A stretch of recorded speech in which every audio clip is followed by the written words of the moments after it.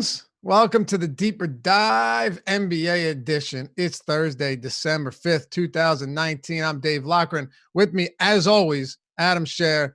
And take a moment to say thanks to our sponsor, Yahoo Daily Fantasy Sports. They sponsor the Deeper Dive, and we love them for it. They got the 200K NFL baller this week, the 25K NBA baller, 5K to first tonight at the max entry 85 too. CSV uploads and edits now. It's a wonderful thing. And some management free contests if you get in early enough before they fill, where everything paid out or paid in by the player gets paid back out to the player. But here's the cool part. You can get $30 in Yahoo Sports rewards points by signing up through us at awesomemo.com. Go to awesomemo.com Go to awesomemo.com. Click the NFL tab. You'll see the articles right there. Use the Showdown article written by EMAC. Read it. It's solid and it's free. Who doesn't like free stuff? And click the Yahoo link right towards the top. It'll take you to the page you need to be at. Use the sign-up code AWESEMO, AWESEMO, and get up to $30 in those YSRPs upon depositing. Get $30. It's as good as cash to be used to play and win real money on the site. Very simple. Awesomemo.com, NFL articles. Click that link. It'll take you there. Use the sign-up code AWESEMO if you haven't done so yet. I assume you'll, and I expect you'll do it today. They're the sponsor of the Deeper Dive, and it's the only place where you can become a baller. Adam, how we doing, brother? Doing good, man.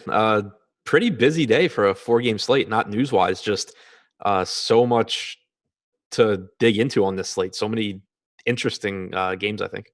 And I think at this point, like Scott Brooks and the Wizards organization is just messing with us. And they know that guys are going to be out forever and wait till 4 p.m. Yeah, Josh and I were talking about that right before you came in. Like, it's not like he just injured his finger. He's having screws removed that he had inserted earlier in the year. This was clearly scheduled and planned and not a surprise. Yeah. And they just didn't mention it. Yeah, he had pins removed. So I don't know what to make of it, but we're going to break all of it down. We got 4 games. And as always, we're happy to have all of you guys with us on this Thursday night. Like you said, a 4-game slate, but we have so much to get into. Pretty sure we will take up the entire hour here, as we always do. And we'll jump right into it. Let's go ahead and start with the Philadelphia 76ers, the Washington Wizards. Monster total in this game. Wizards playing at a league's fastest pace. Also, league worst defensive rating this season. 235 over under. Sixers 121.3 implied total, highest on the slate. 113.8 for the Wizards. They're 7.5-point dogs. Couple interesting note on this game to me, and I'll just kick it off with this and toss it over to you. I mentioned to you this morning that Bradley Beal in games that are decided by less than 10 points, also known as competitive games, is averaging 40.2 minutes per game. So it stands to reason that not only is he a good play on his own, but if you're loading up on a popular Sixers team today, and you've got several of them in your lineup, which many of us will in all of our lineups, or at least most of them, it makes sense that if they're going to get their full allotment of minutes, if they're going to fulfill their fantasy potential, that Bradley Beal would be one of the ways that happens on the opposite side of this game, especially given that the rest of this team, even Jordan McRae now, Thomas Bryant, is devoid of scoring. Yeah, I think that's a really good point. Not that people weren't going to roster Beal today, but it's something you see even across sports, like in football and in other basketball games, where you'll see a ton of ownership on one team, in this case, the Sixers, and then just nobody bothered to positively correlate the really, really obvious spot, which is the only scorer, the only good player on the Wizards, that, obviously is going to play massive minutes if those Sixers do well. But the game stays competitive. So I think that's a really good point. In addition to just the fact that he is playing huge minutes, Jordan McRae being out doesn't hurt Beal's minutes, doesn't hurt Beal's usage. Without Thomas Bryant on the floor this season, Beal's played 202 minutes, 34.8% usage rate. He had about a 39% usage rate in the game against Orlando. He's just doing everything for this team. He's playing huge minutes. It's obviously not a good matchup against Philadelphia, but the price tag is still reasonable. 8,700 on DraftKings, 9,900 on FanDuel. And the minutes should be there. The Wizards still have a healthy 114 total, and you have to assume that a lot of that production is coming from Beal. Yeah, that's where I'm at. And you and I have said often, like, people always ask about game stacks. They're not always necessary, but it does feel like if you're going to get 35 minutes from Embiid and from Simmons and from Harris, it's not going to happen with Beal having a bad game. Is it possible? Sure. But like, honestly, what's the probability here that Davis Bertans and Rui Hachimura and Troy Brown keep this team competitive tonight? The likelihood is not very high. Right. It all comes back to Beal. It's not like he doesn't get assists either. He's not someone that is entirely scoring dependent. He has a 23.3% assist percentage without Bryant on the floor as well. So, contributes in multiple ways too. Vladimir Michael has a question. What if they shut down Beal? Now, I actually will entertain this because I think it's a relevant question. But I think what both of us are getting at, and you can tell me if you disagree, is when you have a guy that's literally this is not an exaggeration. He's literally playing 40 minutes in close games as a 1.28 fantasy point per minute guy. What is it with Bryant off the floor this year? 1.36. 1.36. Assuming it's close and he plays 40 minutes, you could get like 1.1 from Beal at 8,700 on DraftKings, and it's not even going to come close to killing you. Yeah, that's pretty much what it is the minutes just give you such a high floor, because I think that is a legitimate question, a legitimate concern. It is a legitimate question, absolutely. And it's something that I mentioned. Good defense in Philly. Right. It's a really good defensive team, and you're talking about having really one guy that you have to shut down. It doesn't. One thing that does work in Beal's favor is that the Wizards do have at least one just knockdown 3-point shooter in Davis Bertans. So that does limit to some extent what they can do as far as doubling Beal and forcing the ball out of his hands, because you can't give Bertans open looks for sure. But yeah, I think that is a legitimate concern. The other thing that, at least as of right now, is that Beal isn't projected for that much ownership. It was something I was talking to you guys about before the show, where I was kind of concerned when I saw how much Bradley Beal I was getting in my initial crunch.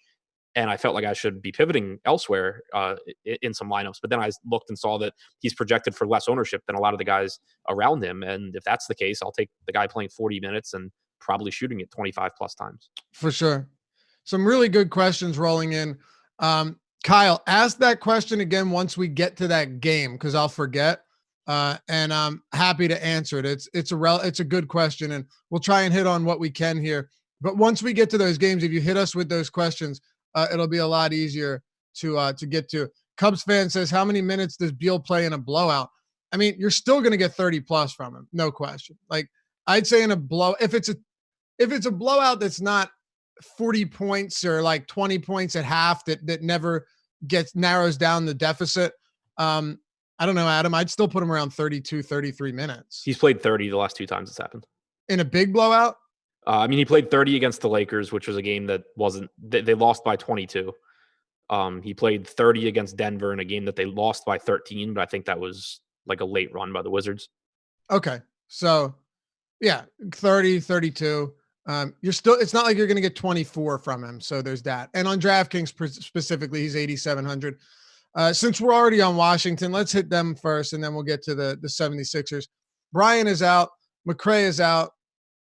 We spent a ton of time on this game on Tuesday, rightfully so, because Bryant was ruled out like close to our show. And then Wagner was ruled out during our show.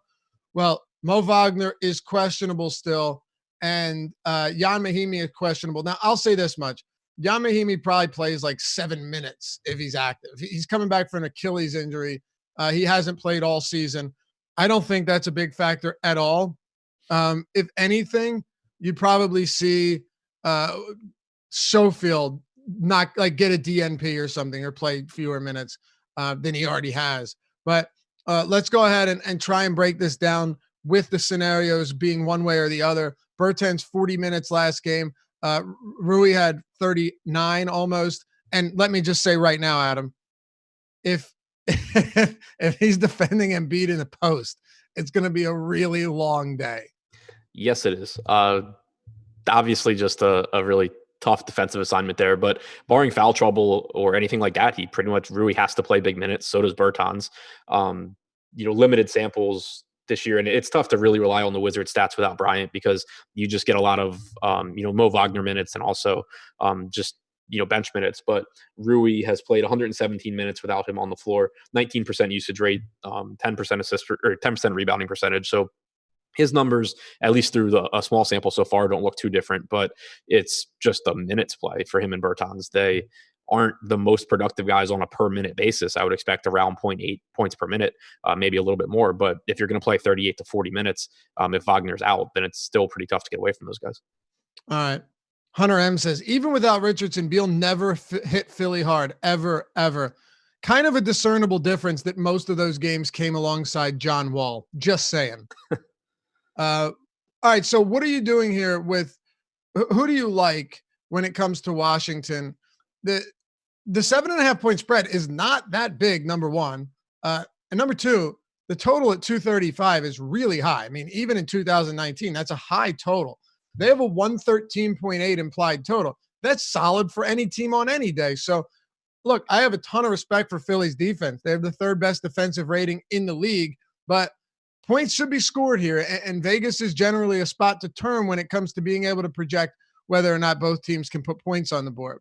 Yeah, and let's not pretend like the Wizards' offense is bad. Losing Thomas Bryant doesn't make a big difference as far as their offensive potential. Well, didn't you mention a week ago that they were second in offensive rating behind only the Mavs? Yeah, they're fourth now. It goes Mavs, Bucks, Rockets, Wizards, Clippers, Lakers as the most efficient offenses in the NBA. So, Philly's a really good defense, but it's not like you're talking about the Knicks or something like that that has trouble scoring. Behind Beal, I think Rui and Bertans should play big minutes. I think Troy Brown gets a bump without McRae because normally you're going to see either McRae or Brown close. Normally it's McRae. So I think that it at the very least solidifies Brown's minutes in the mid-20s with the potential for more if he plays well. I think it gives Bonga more minutes in addition to the fact that they could use him defensively, but Bonga doesn't do anything when he's on the floor. So that doesn't really matter to me, but Troy Brown does become a viable value option. Absolutely. Top options outside of, by the way, we have a Ship My Money fanboy. He said, you're not seeing this, but Kay Murr says, man, I hope Ship My Money sees this. He's my hero. I love you, Ship. How about that? Yeah. You know who that is? Who? Kyle? No, I don't know who that is. He won the Playboy Yacht basketball thing. Oh, nice. Yeah. Well, hey, Kyle, glad to have you here. But yeah, it seems you have a friend in chat. Adam doesn't really read the chat, so you're not gonna get much out of him there. What do you want to do with the Sixers?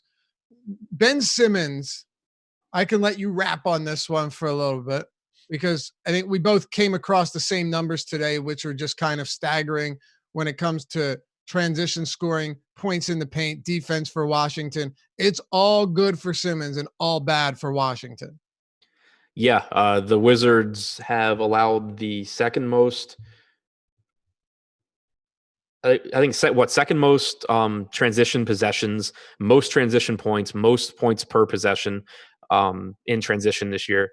And Simmons is, I think, sixth or seventh in the NBA in transition possessions per game. So you're talking about a guy that doesn't shoot well, obviously doesn't shoot at all, but can get to the rim, scores at the rim. The Wizards have no rim protection to speak of. He gets out and runs in transition, makes plays in transition. The Wizards give up a ton of opportunities and don't defend it well. It's just a really perfect matchup for Simmons. Okay. And on top of that, they have no size to defend him with either if he were to decide to like post up or just hang out in the paint. I expect that he sees a good deal of Bonga and maybe Beal or something, and that they hide Isaiah Thomas on Ennis or Korkmaz or whoever the fifth guy is, Thibault. But still just a huge size difference for Simmons versus the Wizards. We should start doing a worst comment of the week. That sounds like fun, right? Yeah. Because I found it. Oh, yeah? Are you ready, dude? Buckle your seatbelt. Oh, man, we got ourselves a super chat from Dave. Buying out 10 people Cyber Monday, Slack privileges. Great content, by the way. Always killing it. Thanks, brother. So Dropping Bombs says, everyone thinking Embiid is a smash because there's no one to guard him in the post. When does Embiid ever go in the post? Guy is patrolling the three-point line all the time. Well, fella, I hate to break this to you. You know it's coming, right, Adam? I hate to break this to you, but Embiid leads the league in post scoring. He leads all players with 20-plus minutes in post-up frequency per game. 35% of all of his possessions come in the post. He has literally led the league in post scoring every year for the past 2 or 3 years. He leads the league in post-ups at 10.5 per game. So I don't know where that info is coming from, but can we dispel that myth right now? I love that one because I expected it to be like so-and-so isn't a good play for X, Y, and Z reasons that you like that are somewhat subjective, not the guy that leads the league in post-ups doesn't post up. Facts are facts, bro. He's a great play tonight. Yeah, no question. I mean, he'd be a great play if Bryant were in. He's a great play if Wagner's in or out. It doesn't matter. It's first and foremost, it's a Washington defense that doesn't defend and plays in a team that plays really fast. Second, you're talking about Rui, who's a train wreck defensively. Bertans, who is, I think, decent defensively, but not in this particular spot. And whoever else is out there. So it's just such a good spot for Embiid. George Trotman says, so you're guaranteeing he smashes? No, I'm literally telling you that everything he said is wrong and that he's the best post player in the league, so he should.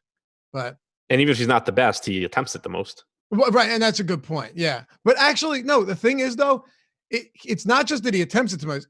He's actually really, really efficient in the post. Yeah. His lack of efficiency comes from the three-point line and when you have him stretched out. You look at what he does in the post, he's actually really good. He is averaging 0.676 points per post touch this year. To put that in perspective, Anthony Davis is 0.513. Right. I was just saying that you were just pointing out that you didn't even have to do with efficiency. It just had to do with that's what he does. For sure. Yep. Anyway, what else do you got here for the 76ers? There's a lot, and I don't mind spending time on this game. Yeah, I mean, I think that Simmons and Embiid are the two that are really fun to talk about because of the individual matchups. But great spot for Harris, great spot for Horford. They both, Harris should play 34 plus minutes. Horford should be at 32 plus. Horford gets the backup center minutes, so he's still getting that great matchup that we just talked about with Embiid for probably half of his playing time.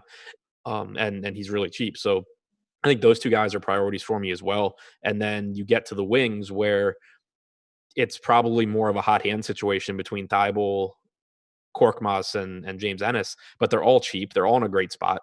And I'm just not playing more than two of them in any one lineup. But I have them all projected for minutes into the mid-20s at really cheap price tags. Only Carmelo Anthony among guys that post up at least 5 times per game is averaging more points per touch in the post. So pretty interesting. Top plays for the Sixers, Adam. Embiid, Simmons, Horford, Harris. I mean, they're all just, yeah. Horford's averaging 0.72 fantasy points per minute with Embiid on the court, which isn't great. But at the same time, he's playing half of his minutes without Embiid every single day. And he's like 1.28 or something with him off the floor. Right. He's like 2/3 the salary of Embiid, and he's still going to play like 1/3 of the center minutes tonight. For sure. You want to move on? Yep. Toronto, Houston, 231 total on this guy. Houston, 2-point dogs, 114.5 implied total for them, 116.5 for Toronto. So we've got Kyle Lowry back on the floor. He was not eased into action by any stretch, played 41 minutes in that overtime affair, 36 minutes in regulation. But it's crazy too, because, Van Vliet played 38 minutes in regulation. Siakam played 34 minutes in regulation. These guys are getting huge run. Norman Powell in this game played 34, and OG Anunoby oddly played only 21. I'm, going to balance those out a little bit more, a few more players. But now that Kyle Lowry's back, it was almost once I figured it out, it was easier to project minutes because like three of the five starters are going to play 35 plus minutes like every night. And then you know exactly what you're getting in terms of playing time with Gasol and Ibaka, with Boucher going back to being a DNP. And then you're just trying to work out some of the wing players like Anunoby and Powell and Terrence Davis. Yeah. So we just got Wizards news. I guess we can go back to that game after this one. But no, go ahead. Wagner and Mahinmi are both in. Oh, they're both in. Yeah. Okay.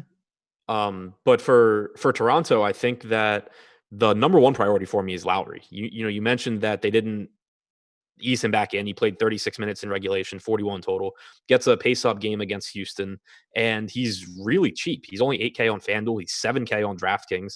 He is having his minutes staggered with Van Vliet, which is important because obviously his rates go up when Van Vliet's not out there, and he's also getting minutes without Siakam. So he's just running with the second unit, which makes him even more productive. And just huge minutes. He's averaging like 37 minutes a game for the season, and he's cheap. So he's one of my biggest priorities tonight, especially 7K on DraftKings. Siakam, I think, is fine if you can get there. He's not as much of a priority for me just because there's some other guys at his price point and position that I like a little bit more. Same goes for Van Vliet, who I think is a reasonable option because he's still pretty cheap, especially at 6,600 on DraftKings. But in the lineups I made before the show, I ended up not really getting to him because – and I was like, I'm kind of concerned about it because of the minutes, but at the same time, he does take a hit as far as his rates go when he's playing a bunch of minutes alongside Lowry and alongside Siakam. And he's right now projected for similar ownership to guys that are priced around him that I have projected to do a bit better, including Lowry. So for now, if ownership holds how it is, I'd be underweight on Van Vliet and then just jamming in a ton of Lowry. Okay. Yeah. Van Vliet does take a decent hit. Interestingly, though, Siakam really doesn't. 1.22 fantasy points per minute with Lowry off, 1.18 with him on. Usage goes from 28 to 29 with him on and then off. Like he really doesn't get hit all that much. His assist rate goes from like 18 to 15. I think Siakam at 8,400 is a perfectly reasonable play. And one of the reasons for that is when you look at how this guy produces, he can produce in myriad ways. He's top 8 in the league in transition scoring, ISO scoring, I think post scoring as well. I like guys that can score in a multitude of ways. And I think Siakam is reasonably priced. He's not a priority for me, Adam, but I do still have some interest in a high scoring game, which should be very competitive. We had one more question. I just want to ask this because it's from a premium member in Slack. Elusive Smoke says, Laffy, Adam, do you think there's blowout risk there for chalk Philly guys? To answer your question, sure there is, but it doesn't. You can't not play guys on that. But I'll have Adam answer this for you. What is a good pivot to account for that outcome? He says, well, the one thing to account for it is I'm playing Beal and trying to get Beal in most of those lineups where I have a lot of Philly guys. So if it hits, it all hits, and you're going to need someone from Washington. Do you have anything to account for a blowout, or are you just doing what you normally do? I'm just doing what I normally do. And the reason is, for one, I don't think this game's particularly likely to blow out. You're talking about a 7-point road favorite. It's not like we're talking about the Bucks and the Knicks. Right. If I were to start projecting games like this to blow out, you'd have like 4 games every slate that you're treating as a blowout. So, but beyond that, when you start doing the whole like, well, what if he gets blowout run thing? You're not even at that point. You're not even saying like, what if these guys lose a few minutes at the end of the game because it's not competitive? You're saying, what if the game is such a blowout, it's like a 25-point game at the end of the third, that this guy gets an extra 12 minutes that he wasn't going to play. Right. And it's just such a weird, narrow like range of outcomes. Then the guy still has to do well in the extra minutes. It's just not something that I do. And to be clear, because the Maharishi asked the question, been with us for a while, about like, is that a situation where you want to play 3 or 4 guys anticipating a competitive game, or just full fade in a single entry tournament? No, I love going heavy on it, but even if you're looking at blowouts, Adam, someone still has to produce, and it's just way too appealing of a game for me to say, even in a blowout, that I'm fading the game. I don't see any way I get to that. Yeah, and to kind of piggyback on that too, in spots like this where you have a team that should score a ton of points, you have guys where it's really obvious where the scoring is coming from. There's actually a high floor in stacking or having multiple guys from that team too, because the points are coming from somewhere. It might come from Embiid, it might come from Horford, or it might come from Harris, but if they blow out the Wizards, they scored a lot of points. They have 4 guys on their team that score. It's not like Thibel's going out there and shooting 25 times out of nowhere. So by having multiple guys, maybe there's a chance that your ceiling isn't as high, but you're still getting a lot of points from having them. So it's not like you would want to just say, oh, well, I think the Sixers are going to score 120 points in 3 quarters, so I better not roster their guys. Right, for sure. One more thing on Embiid. Somebody said in chat that he knows where that guy got the comment from. That on NBA Live, Barkley and Shaq made a comment about Embiid not posting up enough. Well, I've got a comment for you from Brett Brown, and it's a very interesting one. Sixers coach Brett Brown wants to emphasize Joel Embiid as a post option even more than they already have. Now, note that, even more. He's already like a highest frequency post up guy in the league. We got to move on, Adam, but I have to get this out there. If you start using Embiid in the post even more, he has a legitimate shot at being like a 1.75 fantasy point per minute guy. Yeah, the comment that I guess Shaq and Barkley made it doesn't mean that he's not posting up. It means that he should be posting up more. Correct.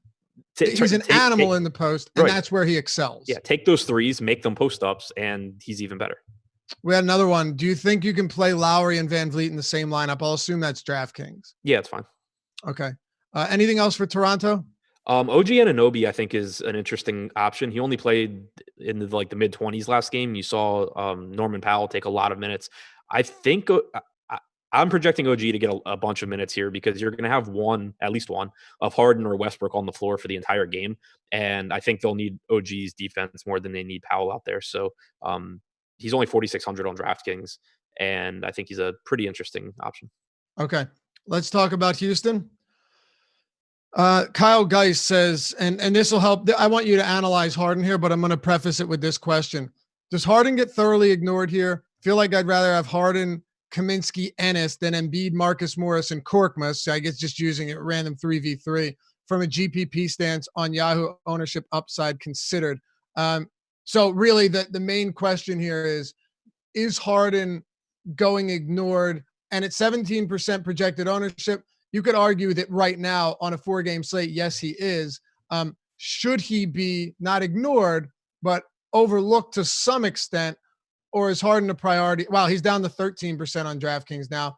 On Yahoo, Harden's coming in at 19.8, a little bit higher. But is he a priority for you? He's not. I have him projected as the highest scorer on the slate by a pretty decent margin. But the reason that I'm not really getting to him is I'm getting to him more on Yahoo. So I'll point that out just because it is easier. You have so many really, really cheap values there. But on like DraftKings and FanDuel, I'm not, or at least on DraftKings. I haven't actually made my FanDuel lineups, but I don't think I am. But on DraftKings, I'm not getting there because basically every player on the slate is underpriced except for James Harden. He's 12K against Toronto. He should be 12K against Toronto. Mm-hmm. But you have, all these mid-range guys that are like $500 to $1,000 too cheap. So I would much rather be getting to the upper mid-range, getting guys like Lowry and Beal and, Drew and Ingram, than spending even more money on Harden, especially because there's not a lot of really good cheap value. So it's definitely site dependent. I think Yahoo, it's easier to get to him than other sites. Okay. Hopefully that answers your question, Kyle. I think it's a pretty elaborate response. Capella was awesome last game, and it's wonderful seeing that he's getting 35 plus minutes a night. I think you would agree with me on that. It doesn't mean that I'm looking him at as a priority here. I'm actually not. I think he's fine, but not a priority for me. Westbrook at 8,800. I think he's fine. Well, not just at 8,800. Westbrook across the board, I don't have an issue with, but I'm not in love with him. Most of this Houston team, I kind of feel similarly about. I believe we're still waiting on news for Daniel House too. What are you doing with Houston as a whole? I mean, break it down one by one, but kind of spread across this team. It's a good Toronto team, but a high over-under. Should be a competitive game, but I don't know if I'm prioritizing any of these guys tonight. I'm not. I would say Houston's my least favorite team outside of the Denver-New York game. Their pricing just isn't really that great. Harden's expensive. Westbrook is more expensive than a lot of guards that I like. Capella's probably my favorite play on DraftKings from Houston. But with Vogner in, that's another center option that you can go to. And it's still just when you start comparing across positions, there are a lot of guys in like the $6,500 to $8,500 or $9K price range that I like a little bit more than Capella. Tough spot against Toronto, good defense, not a fast-paced team. So they're fine. Like, I'm not upset if I get them into some lineups, but for everyone on Houston, there's multiple guys at their price points that I like from other teams more. Okay. And it's funny. Mike Gray just said Capella's going to go low on, and as Laffy said, I forgot saying this, but he's right. Raptors allow the most rebounds to opponents in the NBA. Yeah, they do. They've been a really bad rebounding team in terms of allowing opponents just to eat them up on the glass. And Capella is a great rebounder. I don't hate him today. I don't. No, neither do I. It's more how much I love so many other players. Right. Exactly. And that's the only thing I have trouble with. But if the tournament winning lineup had Capella in it, it wouldn't shock me at all. Do you want to move on? Yeah. Okay. And by the way, we can spend 30 minutes on Philly and Washington because this next game is not going to take all that long at all. That's Denver and New York. I think you DM'd me this morning saying, so six teams have every single player as an option, and Denver, New York has nothing. Yeah.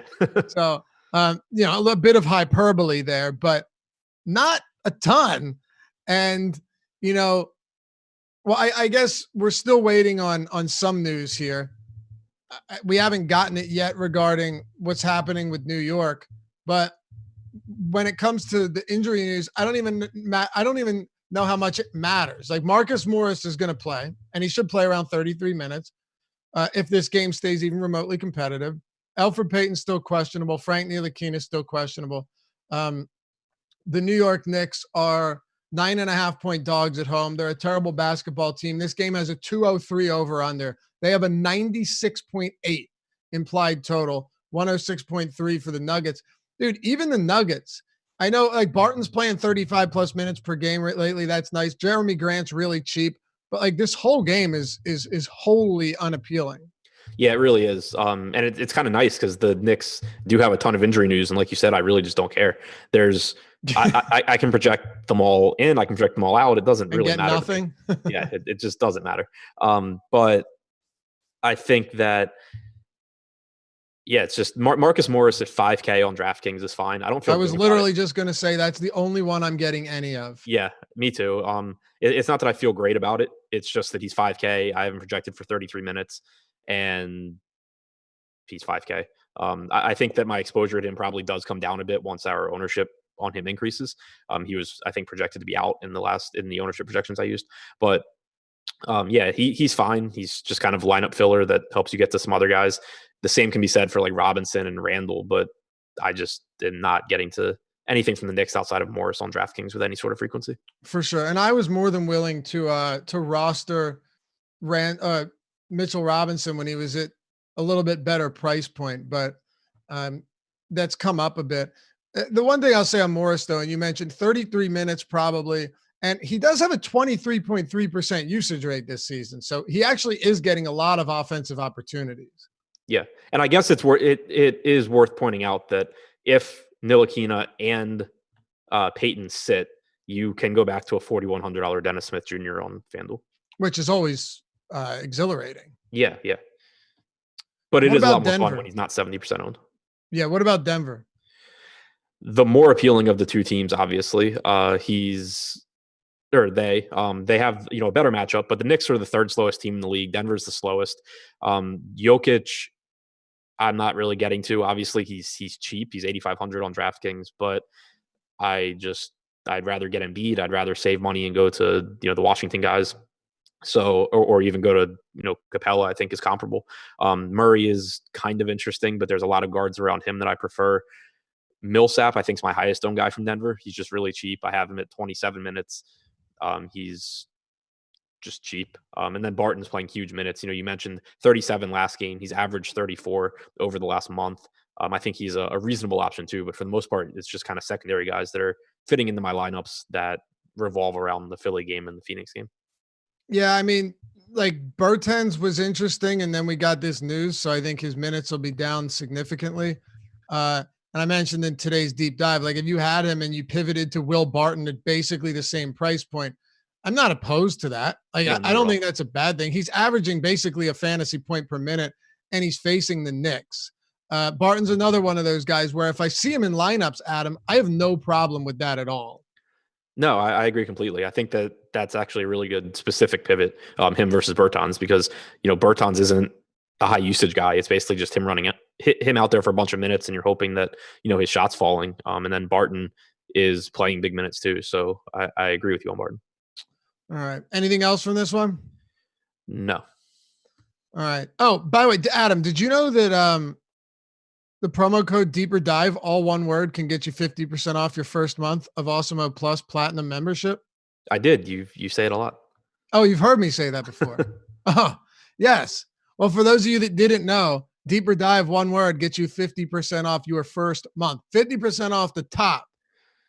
I mean, you're talking ownership projections, player projections, lineup builder, top stack tool, our NFL, NBA, PGA content. You name it. I don't know if NASCAR is happening right now, but we got it. We got MMA. We got it all, man. Everything at awesemo.com. Best projections, ownership projections that you'll find. And Awesemo himself, Alex Baker's always tirelessly working developing new tools like the Boomer Bust tool for NBA this season, which is really great, and so much more. We had the Fantasy Cruncher add-on as well. If you haven't done so yet, head over to awesemo.com/join. Even if you're not ready to sign up, you can get an idea of what we have available. Scroll to the bottom of that page, awesemo.com/join, and check out all the videos, tutorial or descriptive videos on how to use all of our best, most popular tools. And then also you can take a 1-question survey on what type of player you are. You click begin membership, hobbyist, serious, professional, and we'll cater your plan to you, your subscription to you. So you're not getting too much and you're overwhelmed. You're not getting too little, and you feel comfortable with whatever you're spending. Not only that, but we have an express pass for $395 a week, $3.95 a week. Sorry, that would be around ridiculous. And if you wanted to check that out, just dip your feet in, check that out as well. But the best deal really is getting 50% off your first month. Awesemo.com/join. Use the sign up code Deeper Dive, all one word, get you 50% off. All right, one game to go here, and we'll circle back and just make sure we tie up any loose ends at the end of today's show. And we'll toss it over to the Live Before Lock guys who are coming up directly after us, taking you from 6 to 7. That's going to be Eddie Fear and Chris Spags. So, Adam, New Orleans and Phoenix. If I isolated this game and just click the button to add players, I'd probably be happy with most of the guys that ended up in my lineup. Not all of them, but you've got a robust total in this game, 235.5. This is actually now the highest on the slate. It's come up 115.75 total for the Suns. And for your New Orleans Pelicans, 119.75. So they're up there, man. I'm still waiting on news for Derek Favors because that is significant. And I don't know if he's back with the team, but if he is, I love him. If he isn't, I love Jackson Hayes. Lonzo Ball probably playing another 32 minutes. Let's start with the Pelicans. We'll work from the backcourt up to the front court. Yeah, I mean, absolutely love this team. Should be a fast-paced game, and they're really favorably priced. The injury news, obviously, that's important is Kenrich Williams and Derek Favors. If they're in, obviously they're good plays. But if Williams is out, then it opens the door for big minutes again for Josh Hart. It opens the door for more minutes for JJ Redick. Lonzo, I expect to play 30, 32 minutes. I have him at 30, but I think he definitely could play more. He's just getting into a lot of my lineups, even at 30 minutes. Drew, 36 minutes, I think is a really good option as well. Lonzo on DraftKings, actually Lonzo on both sites is a priority for me though, like one of my highest owned guys. And by the way, we had a premium sub ask any Jeremy Grant on FanDuel. I did want to answer that for him, Adam. It's like, if I get a little bit, that's fine, but I would rather go to like Kaminsky and Rui and Bertans. Yeah, definitely not a priority. So with Lonzo, I think you have him at 30 minutes, right? Yeah. Yeah, I have him at 32. I don't know how much of a difference that makes, but he lost a couple minutes in a game that he never returned in a blowout. He played 33 minutes the game before that. he is a 1 fantasy point per minute player this season, and going up against this Phoenix backcourt, I have no issues with this whatsoever. With the rest of this team, like Brandon Ingram, where are you at on Ingram today at his price point? I like him a lot.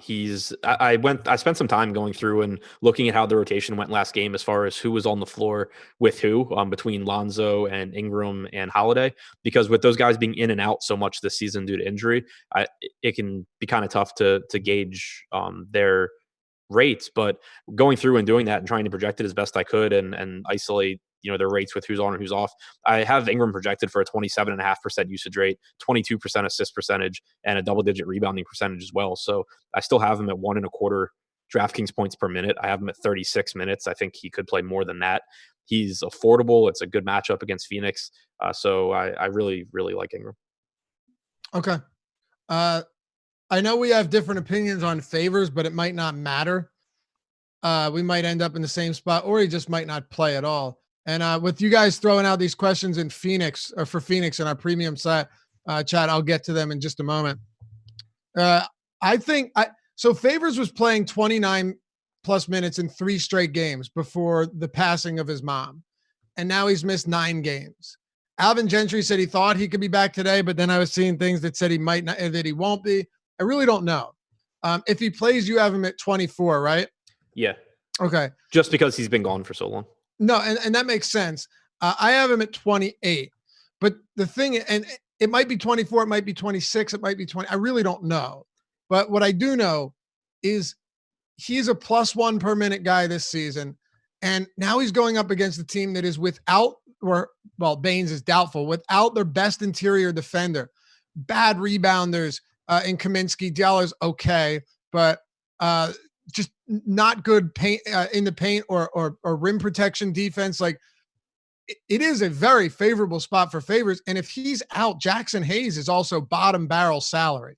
Yeah, even at 24 minutes for Favors, I got him in like a quarter of my DraftKings lineups before the show. It's a really good spot. He's a very productive player. He contributes in a lot of different categories too, which is always nice. It's not like you're just relying on him to score or rebound or whatever. So I think that he's a good play even in that amount of time. And if he plays more, obviously he's better. And then Hayes, at his price tag, I'm getting a little bit if I project him for 24 minutes. If Favors is out and I'm able to give Hayes a little bit more, then obviously I would get more. How much Kenrich Williams are you getting? Like 30% on DraftKings and probably a little bit more on FanDuel if I project him in. Yeah, I got a lot of him. You're giving him how many minutes? 28. I had to bring him down. I had him at 30 and it got just a lot of Kenrich Williams. Giving him 28 then makes it a lot more manageable, and I feel a bit more comfortable with that. But yeah, Jackson Hayes, if Favors is out, I really like. I like Favors if Favors is in. Do you want to talk about Drew Holiday or anyone else from this Pelicans team? I think I think Holiday's a really good play too. I have him with about a 24% usage rate, 25% assist percentage at about 1.1 DraftKings points per minute. So because of his price tag, I was getting less of him than Lonzo, but getting similar amounts of Ingram where he's about $1,000 less expensive. Okay. Josh says, I'm with you guys on Kenrich, and that's at 24 minutes. So even at 24, he's getting a decent amount of him. Let's flip over to Phoenix, unless there's anything else for the Pels that you want to talk about. There is not. Okay. So I will get to your guys' questions. But first, Devin Booker is actually 6th in transition scoring this season. And we talked about how bad Washington is in transition D. By the way, so is Houston. But the Pelicans have been really bad there too. You'd think their backcourt defense would be better, and I'm sure in the half court they are, but in transition they really have struggled. I have been a true naysayer on Devin Booker this season with Ricky Rubio in the backcourt, but I do think this is a very favorable spot for him. I think it's also a favorable spot for Rubio. This whole backcourt just has a lot of potential, and their prices are pretty affordable in a good matchup against the Pels team that plays at a top 4 pace with a bottom 5 defense. What are you thinking on the Suns backcourt? It's looking like one of the first slates in a while where I'll be overweight on Devin Booker because literally the exact same thing. Yep. Yeah. We have him projected for 20% DraftKings ownership right now. I have about 30%. It's just a really good matchup in terms of pace. So the extra possessions obviously are useful, but also they struggle in transition, like you said. And Booker and Oubre are the two guys that do the most damage for the Suns in transition. Booker obviously gets normally more minutes than Oubre and is the higher usage player out of the two. So getting to more of him, I think that his price tag on DraftKings also dropping all the way to 7,500 is pretty crazy, considering that now you're at a point where even if he were to only get his point per minute average, he's still not killing you at that price, and there's obviously tons of room to go up from there. For sure. Yeah, I haven't been overweight on Booker in a while, and I think I will be here. I also expect very, very significant minutes from him. So yeah, it's a really good spot for Devin Booker, and I think Rubio's reasonably priced too. You talked about Oubre. The question we had from a bunch of people in chat, definitely a good enough question, was what's going on with Cameron Johnson? Right now you've got projected ownership at 30% on him. I felt very confident yesterday that Moutier was not going to produce. This one's a little bit different. Like, what are we giving Cameron Johnson for minutes? 16. Right. So it does seem odd that he would be projected for that much ownership. No. Yeah, I'm assuming that's going to come down. If you were actually 30% owned, it would be one of the craziest plays I've ever seen. Yeah, I when I was projecting minutes, I put him at, pretty sure it was pretty low. I had him at 13. Yeah, and he was Kelly Oubre's backup.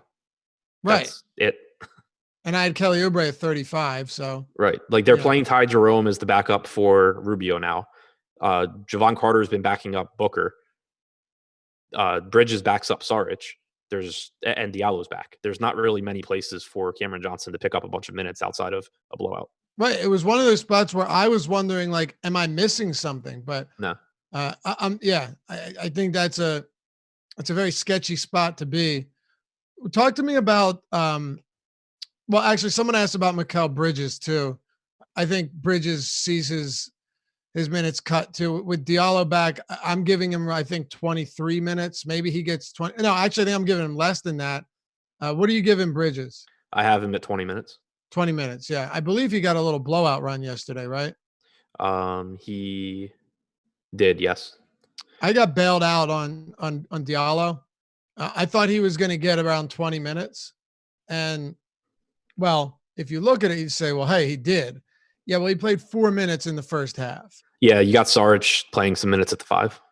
Right. And Kaminsky was like cruising. I think Kaminsky played 21 minutes, I think, 18 minutes in the first half. So that's 18 of 24 minutes. And I think Saric got 2 center minutes. So like that was a bailout there. And I've seen some people talking about Diallo. I mentioned this yesterday, and I'll say it again today. What you're going to see, I'm pretty certain of it, and yesterday illustrated it perfectly had it not been for the blowout.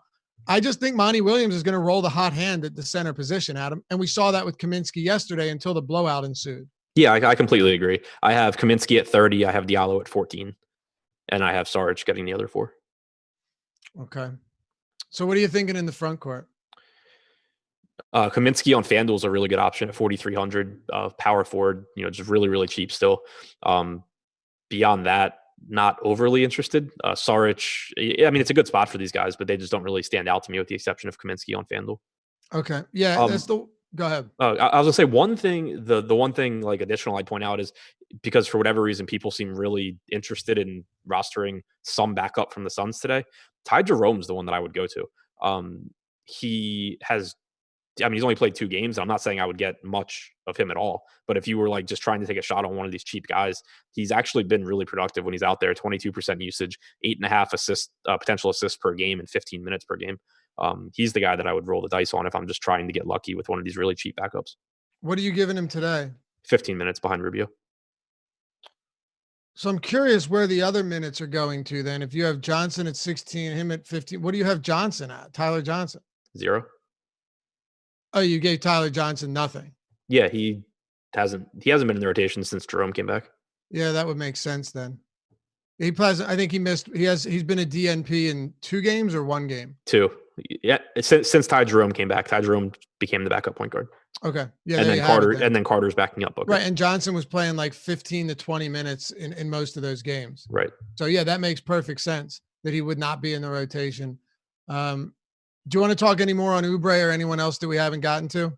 Nope. Okay. So that's 4 up, 4 down. We got about 5 minutes to go here. I did want to ask you, now that Wagner's in, do you have any interest in him? And what does that do for the rest of the front court in Washington? Yeah, I have a ton of interest in him because I think he's going to play as many minutes as he physically can, or as long as he doesn't foul out. Right. Yeah, I'll say, or until he gets told he has to go to the locker room because he fouled too many times. But he's going to play as many minutes as he can. He's still affordable. Even if I project him for 28 minutes, I have him as a really good value. He has a 22.5% usage rate over the last month. He has averaged 1.23 DraftKings points per minute. It's not like we're talking about a guy that doesn't produce. We're talking about someone that fouls at a ridiculously high clip. Yeah. And that's where the downside comes in. It's also a tough matchup against Embiid, but I think you have to have interest in him just because he's so productive. I cut the minutes back a little bit for Rui to 36, for Bertans to 32. I had Isaiah Thomas at 30 and Ish Smith at 24 when McRae was ruled out. Now I'm back to 28 and 20 on them. I kept Troy Brown at 26 minutes, Beal at 40. I cut Bonga from 24 to 20. Okay. And what did you say you have Brown at? 26. And Wagner, sorry. 28. 28? Yeah. Yeah, I haven't done minutes yet since I didn't get a chance to do that yet, but I think Wagner is kind of a dart throw because Brooks would probably like him to play 38, and it's very unlikely he actually can do that. And he probably plays somewhere between like 12 and 38 based on fouls. Yeah, I mean, you got to take a lot off of Bertans and Rui, right? Not really. I had them both at 40 minutes. Now I have it. Well, I mean, I guess I took a lot off Bertans, but I went to 36 on Rui and 32 on Bertans. That sounds about right. Yeah. What about Mahinmi? I have him at 7. I have him at 8. Right. So that makes sense to me. And with McRae out of the lineup, that's another 26 minutes. One more guy that we wanted to touch on. What do you have Isaiah Thomas at? This is a tough one. I have him at 28. The thing so he played 34 last game, but you still got exactly 48 minutes from him and Ish Smith. I think it's still just a hot hand thing, and that it's just going to be, how he plays. He's been averaging 26 minutes per game since he joined the starting lineup. 28 seemed pretty reasonable. Okay.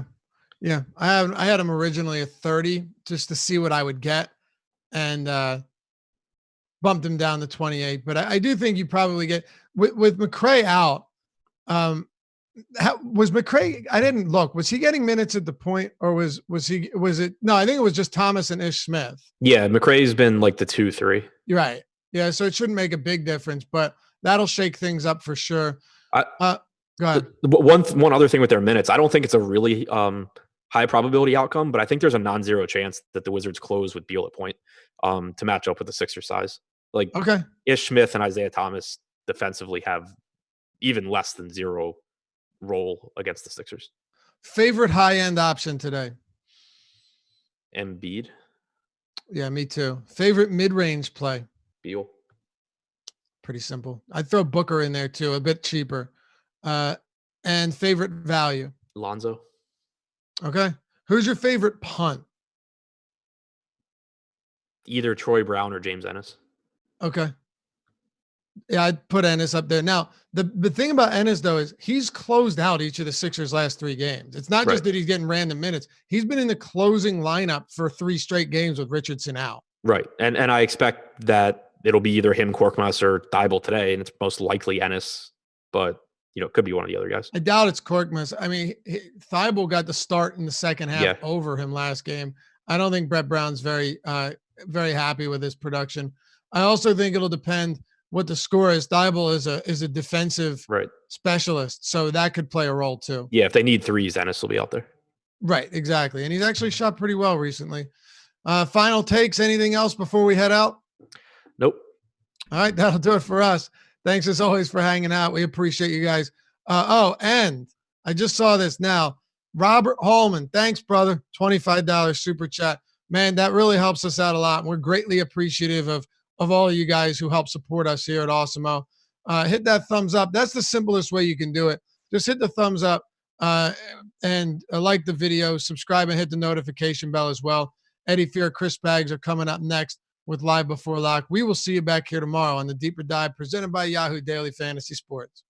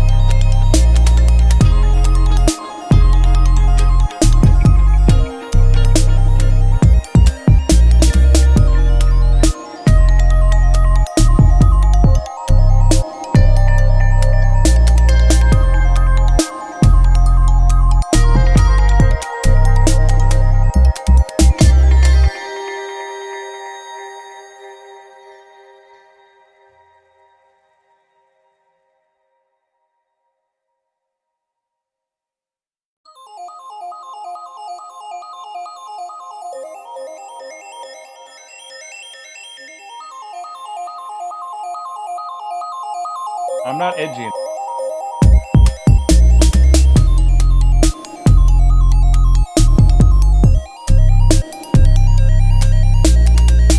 What's up, guys? We should be starting up now. Hello, everybody. Welcome to the Awesemo.com Live Before Lock Show. We're taking you through this 4-game slate with a fine-tooth comb as best we can. I'm Chris Spags, joined, as always, by the best man who's the most prepared to go over a slate for the course of an hour with just 4 games, Mr. Fast Eddie Fear. How are you doing, Eddie? I'm extremely well and extremely well ventilated. Thank you for asking.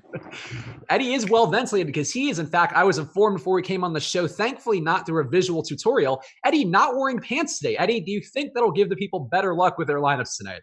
Last night was bad, so I had to change something. And I'm not very watchable. I'm not very interesting. And I either have to come out with, more hot takes. I have to go full Skip Bayless, which I don't want to do because the analysis would suffer, or more things like shows without pants. So no, in all truth, I got incredibly grody. Day job got busy, had to take a shower, and wanted to analyze a few things, and it was either more basketball analysis or pants, and more basketball analysis will win just about every time. So thankfully my live studio audience took the night off, so I don't think we should be in too much trouble.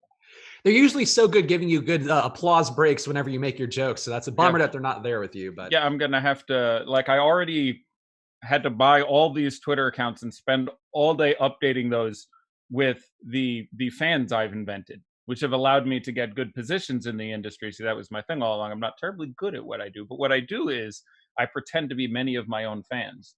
And that allows me to get good paying jobs in the fantasy industry. And now I'm going to have to, pop for the live studio audience as well, or a laugh track.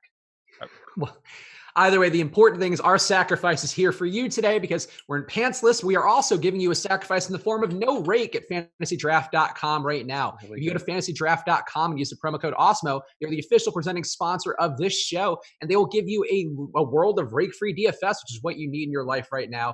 Go to fantasydraft.com, use the promo code OSMO, AWESEMO, for a free 7-day trial over there. You're entering into the world of rake-free DFS, where all of the contest entry fees are paid to the winners. So go check out Fantasy Draft.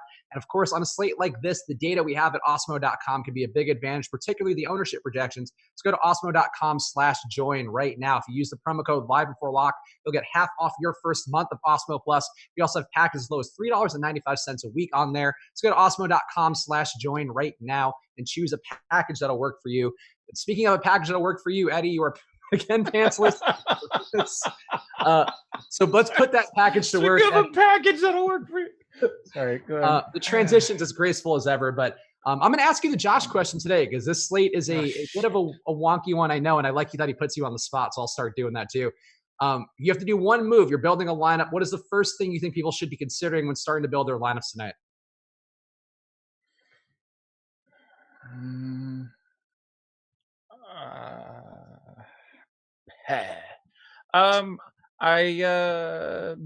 don't know. Nothing jumps out at me. It's currently pretty much a solved formula. I was hoping that Moe Vogner was going to be hellaciously owned, and I still suspect that number will come up post ownership. He's a bit of a fantasy darling. He's one of those guys who just gets, Kyle O'Quinn in the same game, by the way, but who always people are like, oh, I want to play that guy. People, wanted to play Moe Vogner, and he's certainly rewarded that tendency a couple times. But I'm not super worried about his ankle. I believe he was very nearly in the Orlando game. They sort of held him out at the last minute, knowing that they weren't going to win anyway. But it is the foul trouble. I guarantee you the lowest projection on Moe Vogner tonight. I have Moe Vogner in starting and playing 23 minutes. Because the average time it takes him to foul out in this matchup is about that.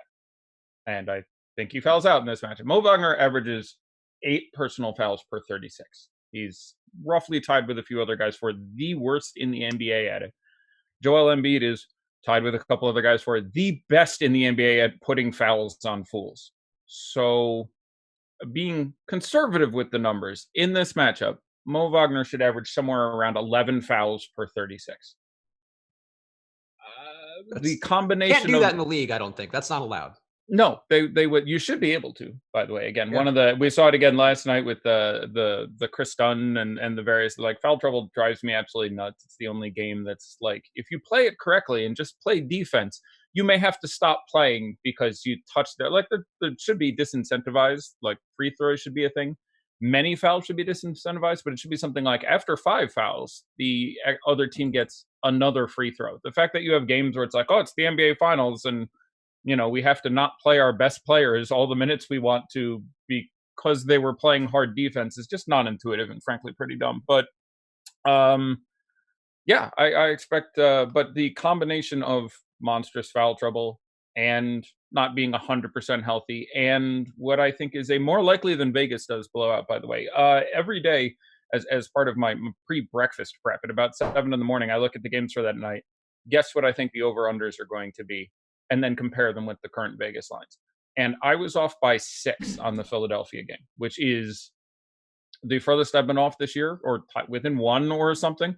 I might have been off by 5.5, but I had Philadelphia by 12.5, and they're somewhere around, I think they're at 7.5 or 8 right now. So I guess it's off by about 5. But point being, I'm going to place my second sports bet in a week, and I place about 6 of those a year. The first being the 1 point Orlando line against the same Wizards team, which didn't make any sense for me.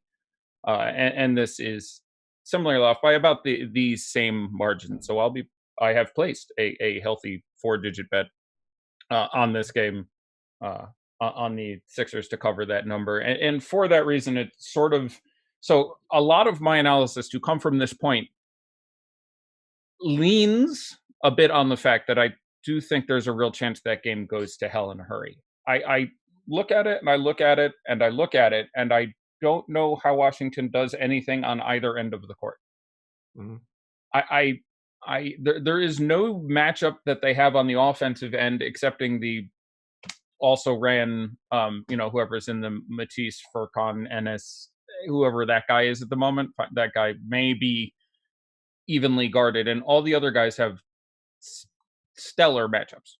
And you're dealing with rookies or limited defensive players like Bertans, or guys with massive foul trouble, which slows down the game and creates more possessions and creates more points and the free throws, and on the offensive end of the court, Bradley Beal is a phenomenal basketball player. Underrated, has been the entire year.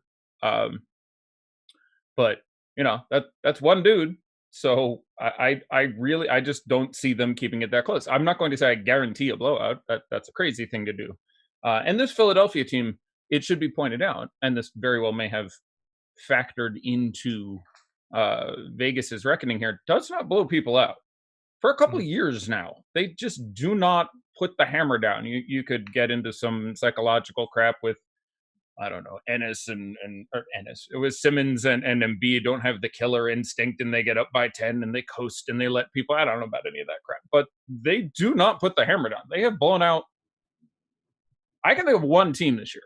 Maybe there are 2, but they played a game against the Knicks, which, again, the Knicks are real happy to go down by 50 against just about anyone. And that was a 5 or a 6 point game. So I get that. And so that's the counter argument. If you think that, I just don't think Philly's, up for this for some reason, or they don't destroy them. But by any heuristic, mathematical, predictive sense, I look at this game and they should just get absolutely curb stomped. So that affects my further analysis and makes me less appealed towards a couple guys in this game. They're all still great. This is line 5 of my analysis. Line 1 is everyone on Philadelphia has fantastic matchups. All 4 of the big guys are ranked double A's in my rankings. Please don't misunderstand me as in any way saying don't play guys from this game, but I do think there is a real chance guys get their ass kicked, and that changes my level of wanting to be exposed. It changes my interest in guys who I think would have, I am, based on their ownerships, normally I would probably be more inclined towards Ennis than Thibault. Or maybe I'd talk about some Furkan. But I am positive that Matisse Thibault plays in a blowout. So that factors into my degree of appeal for these guys. I don't know necessarily if Furkan is out there. I'm pretty certain James Ennis isn't going to be out there. So if I think there's 30% chance of some amount of blowout run, 1, 2, 6, 8, 12 minutes, that is going to factor into how I value those guys. So that's just one example. It makes me a little more interested in pivoting to other guys. It makes me a little less interested in Brad Beal, who is amazing and has all the upside in the world, and you need this game to be fairly competitive for him to be. He needs his 40 minutes. Or maybe not.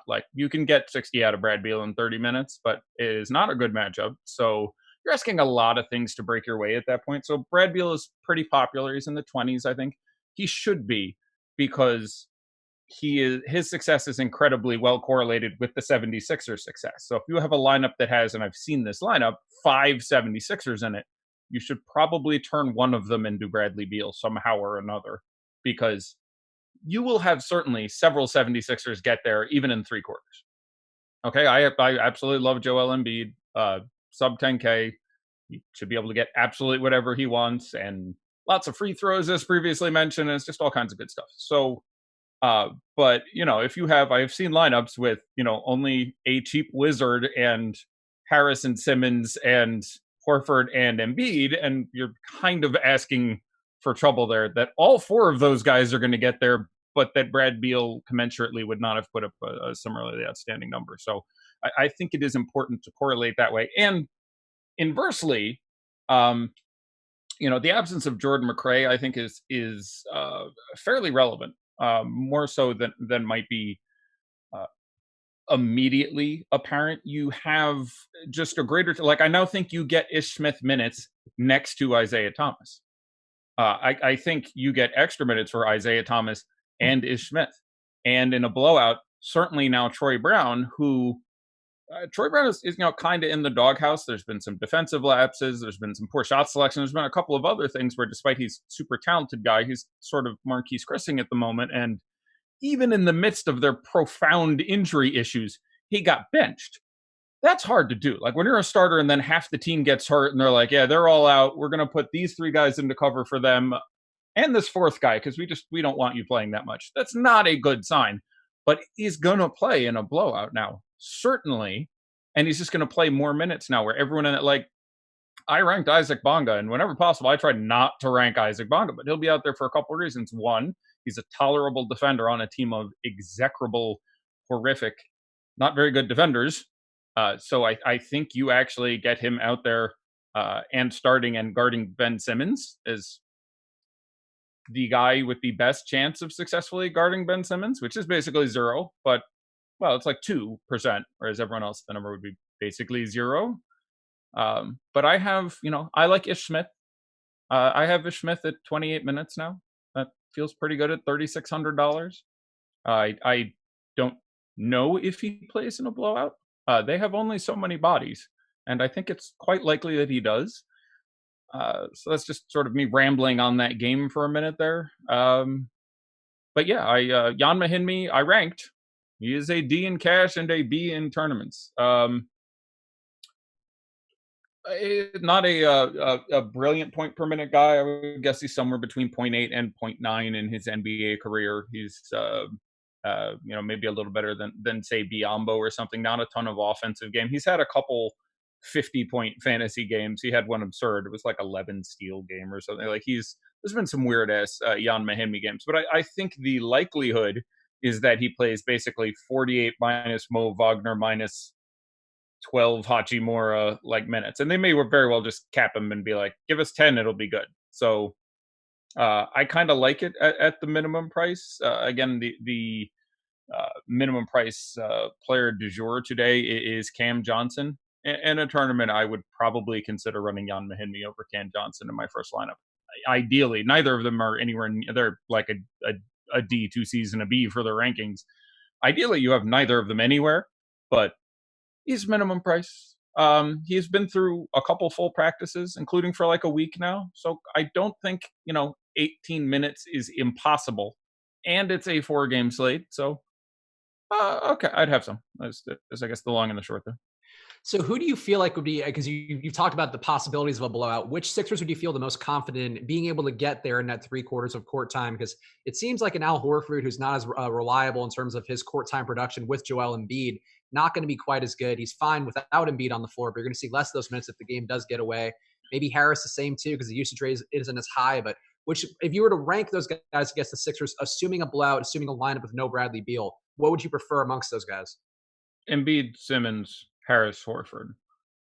Especially when you talk about the blowout effects, the somewhat unique Joel Embiid rotations and the multiple smaller shifts where he has, 5 or 6 minute shifts as opposed to 4, 8 or 9 minute shifts like most guys who play about the same number of minutes as he does, even slightly more negatively impacts Horford in a blowout, and also by extension increases proportionally the amount of minutes that Horford spends next to Embiid, which is fewer minutes that he's spending as, well, among other things, center against the worst team in the NBA against centers. So I like Horford just fine. Feel free to have some Horford. I'm very comfortable having two of those guys and still thinking that game blows out. It is not a giant slate.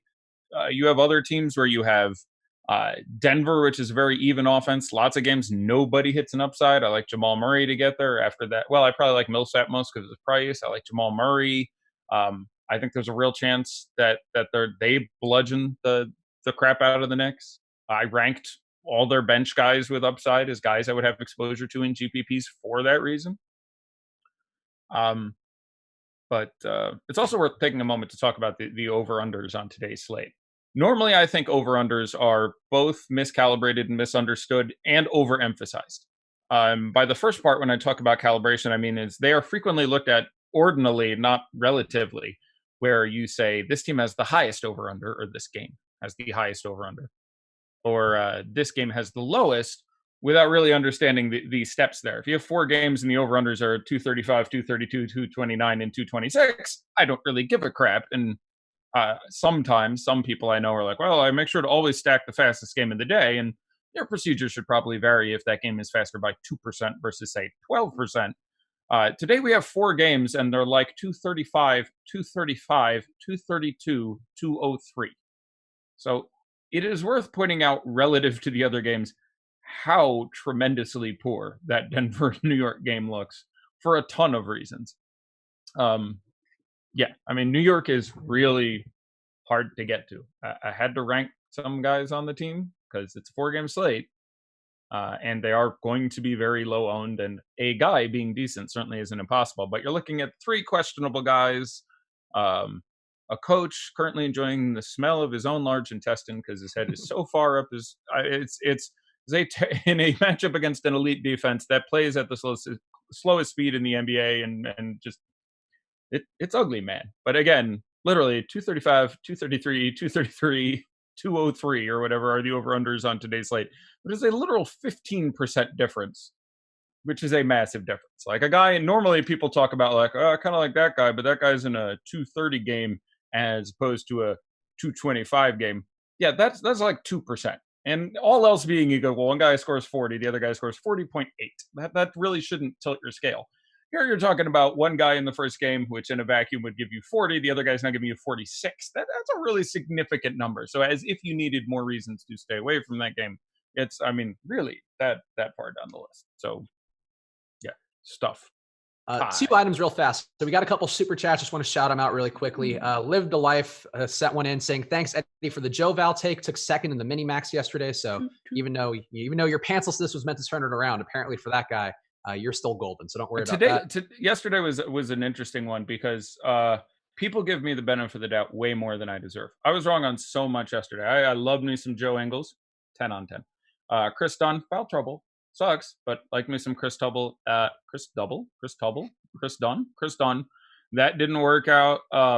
Like I got a lot of cover because I spent 15 minutes crapping on Emmanuel Mudiay, and that worked out extremely well. So that covered that was a nice, chocolate syrup on top of the mound of bovine feces that I built under it. So a delicious I appreciate treat. that.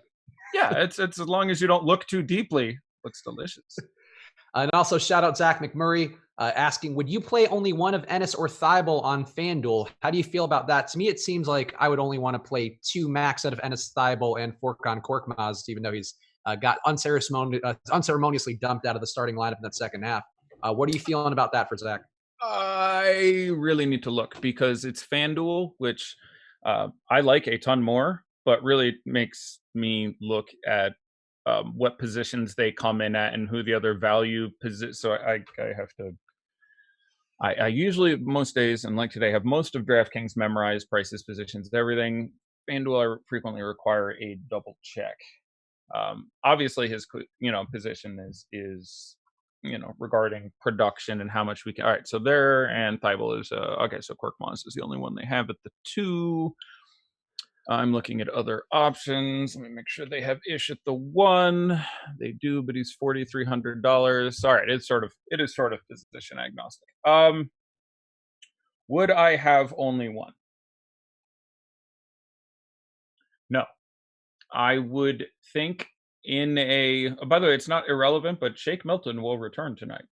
And believe it or not, if this game blows out, Shake Milton is going to take one of those blowout spots, which it sounds ridiculous, but on a 4-game slate, this is the kind of, but I believe Shake Milton makes his triumphant return tonight. That would affect by a point my projections for some of these guys, so I think would be out there during blowout run. No, I would not specifically avoid that. I think my optimal lineup would have 1 or 0 of those players. Hey guys, Isaiah Thomas out. Oh, okay. I was waiting we had some injury news too on the Pelicans. Officially, Favors is out and Kenrich Williams is in. So that's a lot of news coming at once. So I was waiting to give you the Favors news so we shouted out the super chats. But tell me what you're thinking about. I guess let's talk the Favors item first. Actually, let's talk the Thomas item first because the Favors one seems a little more straightforward. IT out. What does that do for you? It's Thursday, right? There's football tonight, right? It is, and there is. So people will screw that up. People will screw that up a little bit. You will now have, you're going to have, we'll check shortly. I'm going to say 1.5% ownership on Isaiah Thomas, 2%. So we're close to one more piece of news, but that factors into my wanting to expose myself more. And again, I'm already wearing no pants, but considering a degree of investment to the slate, you're going to get some dead ownership there. Ish Smith is probably my favorite play of the day. Ooh. Ish Smith is going to start and play 37 minutes at point guard. And it's you're just dealing with a number of healthy bodies issue at this point. Like they are going to suit up. I'm sure I'm going to miss someone. We'll give this a shot.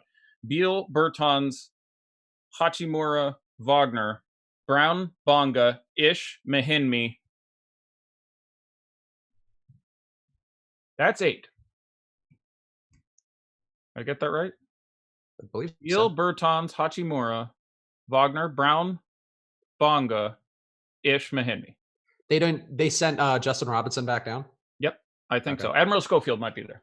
I got to figure out if Admiral Schofield is in the building because it actually is going to affect. So I need to redo rankings and update a couple things. But we're getting into a real body issue here. But there's really no, and I'm not talking about me without the pants. I'm saying that their point guards are Bradley Beal, which is perfectly relevant to point out here, and Ish Smith. But Ish is gonna start and play a lot, and he's cheap, and a lot of the other value kind of chafes my ass. So he's instantly for me much better than the Philadelphia trio we've been talking about. Does that increase the odds, would you think, of Washington being able to not keep this close against Philadelphia? Yeah. And I'd like to point out that I'm happy that I already made my bet. That would knock it another halfway. Like they've got a score. And I mean, I guess, Ish is bigger than IT2 at least. So their ridiculous downsizing and being too small for everyone else is I got an update that someone named Kadri is out. Thanks, Awesemo Hockey. But yeah, I would so that news hit, I'm presuming 4 or 5 minutes ago. It's 35 minutes before lock. He still won't get as owned as he should. So I need to update and check and look at a couple things. So vamp for me for about 90 seconds, if you would. So yeah, also just since people love talking about this, we got a couple super chats that are asking about Czech Diallo revenge game, I believe, from Anthony Davis, one of our regular super chatters. We appreciate you, Anthony. But this is also an Ish Smith revenge game, one of his many, I think it's 10 stops in the league. It was Philadelphia for a couple years. It depends if you count them twice.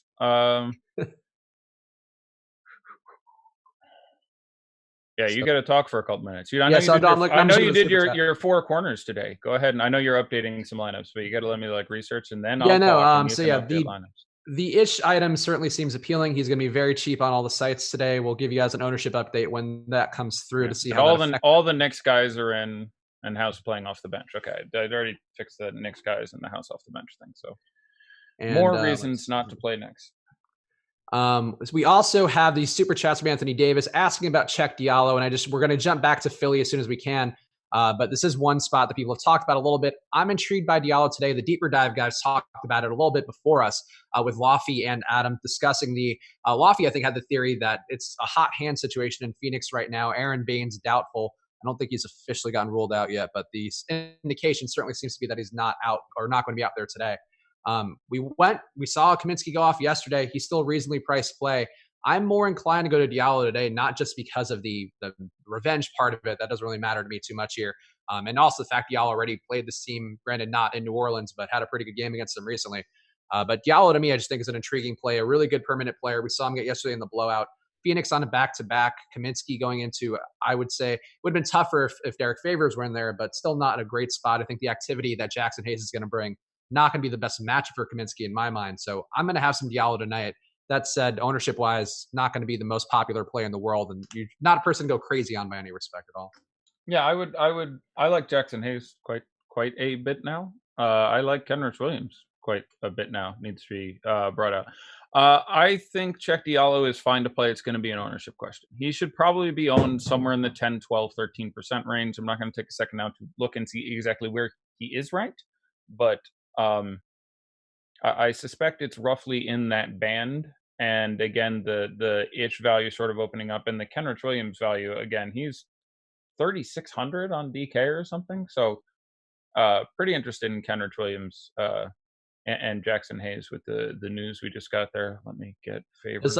Josh Hart, I presume, would be out of your player pool now because of Kenrich Williams being back in there?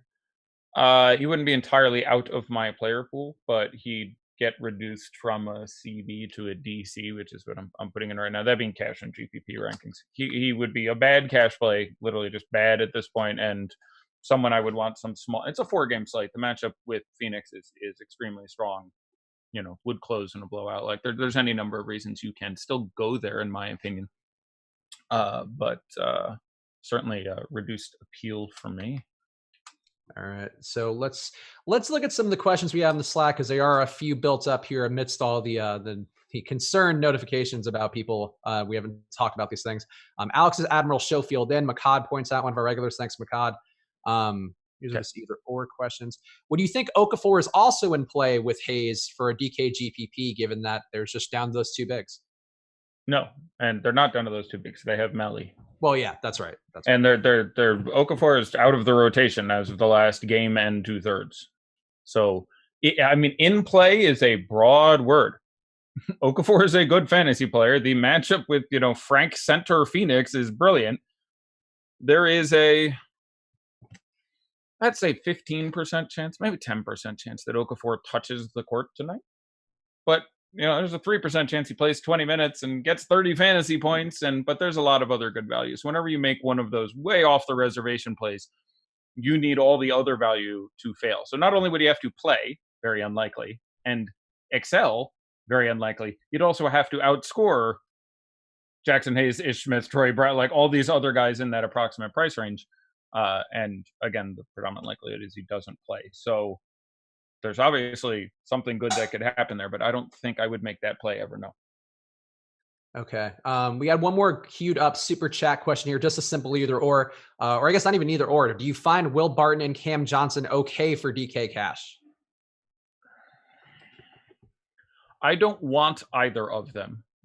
I would find a way to change them into Ish Smith and a guy.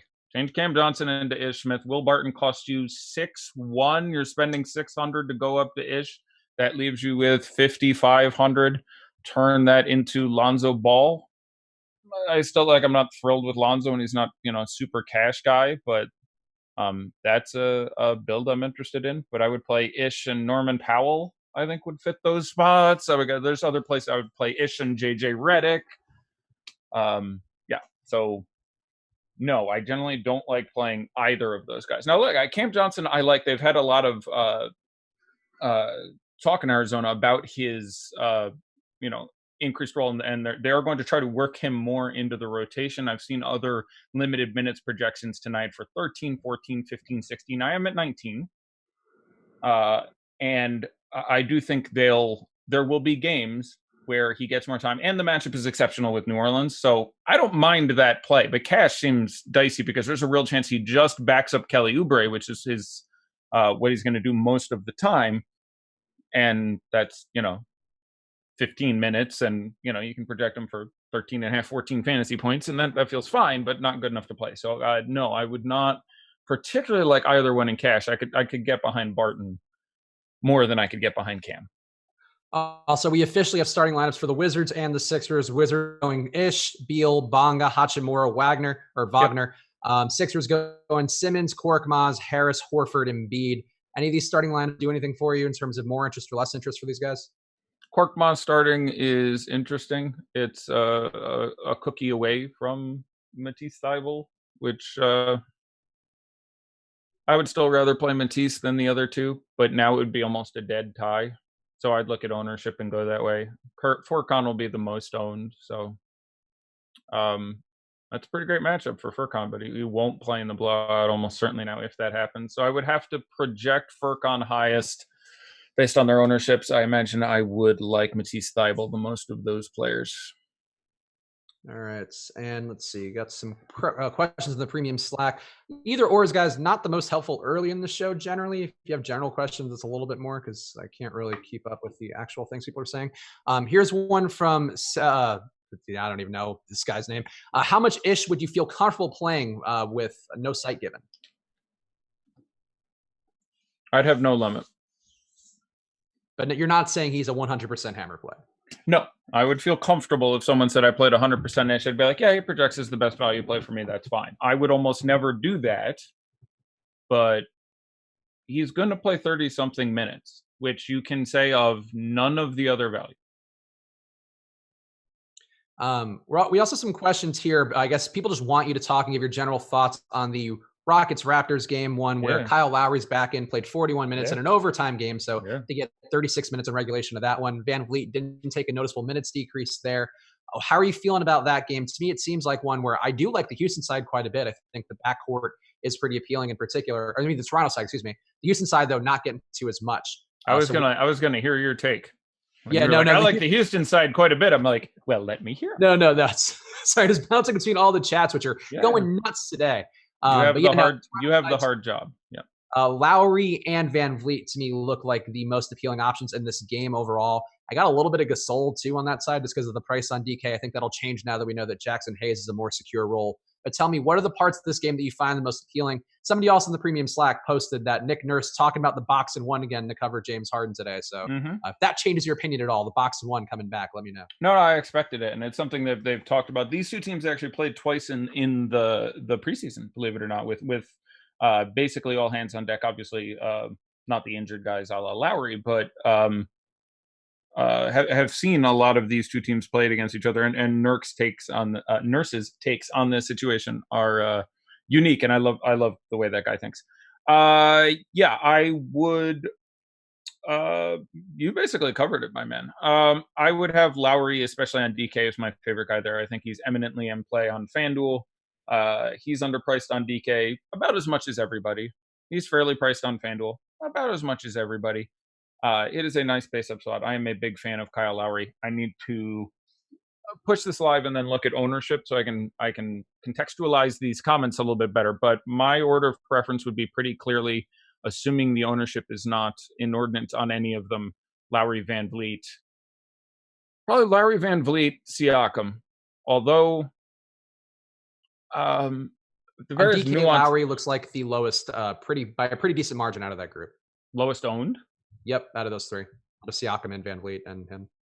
Yeah, he projects the best for me of them by a significant hurdle. So yes, Lowry then assuming Van Vliet and Siakam are within a few percent of each other, I would have Van Vliet a bit higher. Tucker does a fairly good job as far as anyone does against Siakam. Siakam, obviously plenty of ceiling. He's one of the few players on the site that's about fairly priced. Like he should be like 8,700, 8,800. He's 84, so he's a little too cheap, but he's not as too cheap as either of the guards for whom I'm a bigger fan. It'll be interesting to see what happens with some of the supplemental plays in this game. There should be pace here.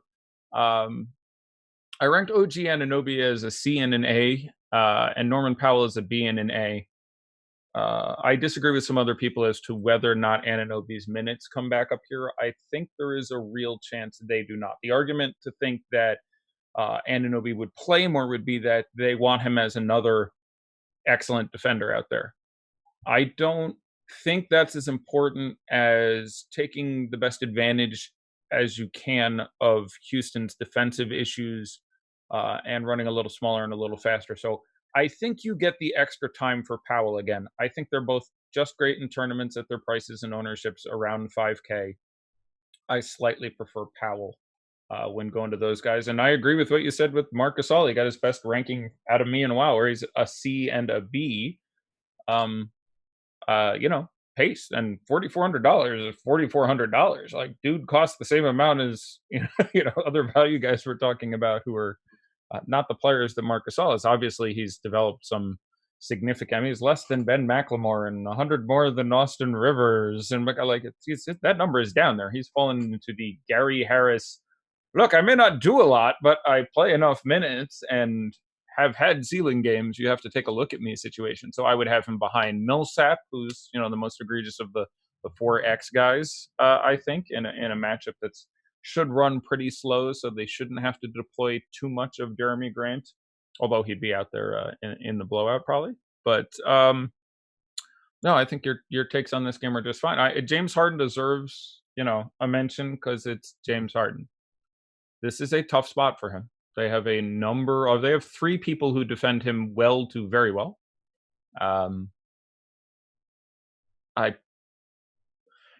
I probably play a Westbrook before I play a Harden.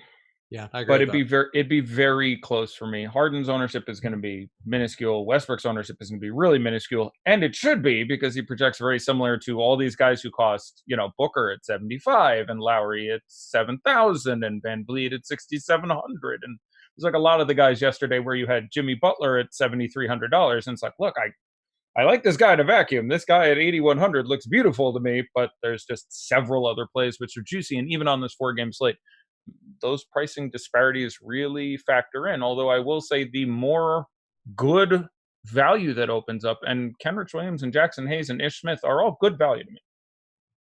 At their prices, I really like those players. So it becomes more tolerable to expose yourself to greater pricing inequities on the top end and spend $8,500 instead of $7,300 on a player, because you're not forcing yourself into uglier point per dollar situations on the bottom end. When you spend up and go, okay, I'm going to play Harden, for example, is the most obvious example. Now I'm either playing fewer secondary players who I still think have like a 50-point upside, so I'm playing less, Lowry's, or I'm playing more potentially crappy value. Well, now you can play pretty good value. So, I do think that's sort of the more subtle change that can and should be made as we get closer to lock. Also, so we have Justin Robinson in for minutes. People also in the YouTube chat really big on Chris Chiozza for some reason. Chiozza, however you want to go with that one. Robinson, I think you think he's down. I'm looking Twitter to confirm. I don't know if you know that for sure. I don't know that for sure. I thought that he had gone back to Capital City and that Schofield might be back with the main team, but I'm not 100% sure. If Schofield's there, he's going to be there. It would be really weird for them to not move them as a unit at this point. Not impossible, but I'm going to update these rankings again. I'm sorry. I'm just checking through all this stuff because Justin Robinson now popping up quite a bit for me because we have him for 16 minutes, which who knows? Maybe he is there, but I can't find on Twitter any confirmation that he's actually been. Even if he's minimum price, I would want none at 16 minutes. Like it's Justin Robinson. He would project for me for 12 fantasy points, maybe 13 in 16 minutes. Like that wouldn't. He's fine. I just. There are lots of really good value plays that cost 36, 37, 38 who are going to play 24, 26, 28, 31, 34 minutes. I don't know why you would want a meh player in a bad matchup for 16 minutes. So, but it is relevant for when you look at blowout run for the other guys on that team. Like now you'll get Robinson and Schofield and Brown and Bonga and Guy. Mahidme if he hasn't played much. Maybe Ish stays out for it. if his minutes total hasn't been too ridiculous. But so we talked a little bit, or you've talked a little bit about the value on the Pelicans, but I'm curious your thoughts about the other guys here, because we do have some of the higher price guys. Brandon Ingram, to me, been one of my favorite plays night in, night out. He's had over 39.25 fantasy points in his last 11 games. I love the role. He actually has been helped out on a per minute basis by having both Holliday and Lonzo out there. He's a 1.34 per minute guy, a fantasy point per minute guy with them both out there, which makes sense because they're both assisting well. I'm really big on Ingram, and I'm also intrigued by some of the cheaper guys. Not as much Booker, but Oubre, Rubio on the other side, a little bit of Saric and Kaminsky. I don't really mind, but this game overall, we should probably hit on because it is a pace-up spot for Phoenix. I know you talked about the importance of pace and actual pace-ups here. This is one that's not a bad one at all. Which are your preferred plays in this game besides some of the value guys, or including the value guys if they happen to be your preferred guys? Yeah, I do think this game is more represented than I thought it would be, which is sort of long way around to saying it's appropriately represented when I look at the ownership. I really thought there was a chance that you were going to get simply massive ownership on that first game because of just sort of the fantasy locus that is Philadelphia and Washington recently. But yeah, I like a lot of players in this game. I think I rank now 6 Pelicans as A's and GPPs, with Kenrich, Jackson Hayes, Lonzo, Redick in this matchup got there for me. Drew and Brandon Ingram. I rank 6 guys as A's and GPPs in this matchup. This matchup is very good. Removing Aaron Baines and putting Frank Kaminsky in at center literally takes the Suns from being a top 8 defensive team to a bottom 12 defensive team. I mean, it's a really significant adjustment in pace and defense. I'm trying to think how to contextualize this a little bit better. My first tier of guys would be the 2 value guys in Kenrich and Jackson Hayes and Brandon Ingram are probably my favorite 3. And then it's a bit of a tier down to Lonzo and Drew and Redick. But all those guys are priced very well for how they project at this point. We have the continued absence of Derek Favors. Yeah, it's difficult because it's just a team that projected well, but roughly evenly well across all these guys. And again, some of the pricing disparities in other games were a little more viscerally off. It's hard for me to like Lonzo relative to Ish Smith, who I have projected for 1 fantasy point less. It's hard for me to like Drew Holiday relative to Kyle Lowry, who I have projected for the exact same number of fantasy points for $300 less. So just the pricing inequities not as unreasonable in some of the other games, but they're obviously outstanding GPP plays. I mean, Devin Booker deserves a real shout out here. He's down to 7,500 at this point. There's sort of the fantasy rubric, if you will, that Booker with Rubio in there is unplayable or what have you. I don't think that's hardly the case whatsoever. We had a game between these 2 teams, a very competitive game earlier this year, with Booker and no Rubio, and it was the Kelly Oubre game. Booker was bad in that game. I don't recall the exact numbers as to how it worked out, but Booker had 20 points, give or take a point or two, and 35 or 40 fantasy points. But he's down to 7,500 now. That's a really low number. And against New Orleans, he's at the point where if he gets 40, you're feeling pretty good. And that's not a crazy amount to expect. He is in the midst of a slump. Both the number of shots and the assist percentage are down, but this is just a matchup I recovered from. There's only a few guys left on the list of guys I've been watching all year who I know are going to do better. Most of them eventually come around. Aaron Gordon has come around. Just most of the players where I was like, yeah, people are really down on this guy, that this is going to turn. He looks the same. Like Blake Griffin isn't on that list. He doesn't look the same for me. I do think there's a lingering issue there. I think he's a step behind. His passing is down. He's more deferential to Andre. But yeah, Devin Booker is on that list of everything I look at tells me he should be doing a little better than he is. So he's a guy I like being overweight on. Very similar to Beal before he had his recent renaissance. So I'm a big fan of Devin Booker. But yeah, everyone on that list is here tonight. I think the only guys left on it are him, Nikola Jokic, obviously, because that has to happen at some point. We got another super chat real fast from Random, and honestly, this question seems like gibberish, but DK Cash, Capella, and I have 5K left, or Kyle and 5,800K left. And is Ben a better play than Kyle? So I can pair any of the three players I just mentioned. What's best? No problem. I wanted you to feel what my brain felt reading that. We appreciate. Unfortunately, you can read it, and I have to memorize it. But that was Capella and 5K, Kyle Lowry and 5.9, or Ben Simmons and 4.9. If I'm doing that all right in my head, which I think that's it. I think we deciphered it. We can now get the national treasure. Of those, I don't know what that means, but of those, Nicolas Cage movie, National Treasure. Yeah, I thankfully had largely. It's hard for me to not like an Ed Harris film, but let's go with. I would play out of those guys. So I'm just like building a lineup for someone here at this point.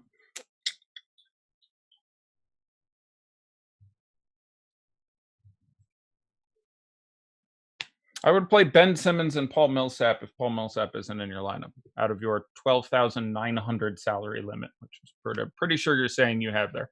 So I would play Simmons and Millsap, assuming those spots work out, which they should, because they basically can play every position on your team between those five guys, because Millsap is still center eligible. And Simmons is, I think, point guard small forward, so they literally fit in any spot, one or the other. So if you don't have them, I would play Simmons and Millsap, I think, with my 12-9 in cash out of those options. Marginally better than Lowry and Guy or Capella, my least favorite of those, and I like Capella just fine, but a bit more of a tournament play for me. He would come in after Lowry and Simmons as cash game plays for me, and then I'm worried most about spending the most money in my pairing, and then I'm looking at the secondary option. But I think if I understood your question correctly, and hopefully you don't have Millsap, because he could have been one of the players you didn't mention, I think I'd have Simmons and Millsap out of your 12-9 salary cap there. All right, so I think we got that one. Here was a question, more of a general question. He paid for it. It was a super chat, you said. So he paid for it. He can phrase it however he wants. I make 37 cents. 37 cents there. We earned it at minimum wage deciphering that question. I want to talk about Chris Chiozza a little bit. I don't think he plays more than 16 or 18 minutes. I don't think he's out of play. I'm not going to go try to spell his name correctly. I think it's CHIOZZA and try to throw him into the rankings, but it breaks Fantasy Cruncher if I ever spell it wrong, and we're down to 8 minutes or so. I don't think at minimum price he is out of play. I would prefer him to most of the other minimum price plays we've talked about today. I'd have to sit there and look at him and Cam Johnson for quite a while. I don't consider that one intolerable. It's not Chris Clemens' sexy $3,000 play, which we've done a couple times this year. But on a 4-game slate, I don't have a problem with a minor bit of exposure there. All right. And one question here from Joey Jojo asking, and answer this as fast as you can so we can get through some of the other ones, but his question's about Ibaka and Gasol, and who do you feel like the matchup is going to benefit more? Because we talked about Gasol. Do you have any surge at all in this matchup here where it's going to be a pace-up spot?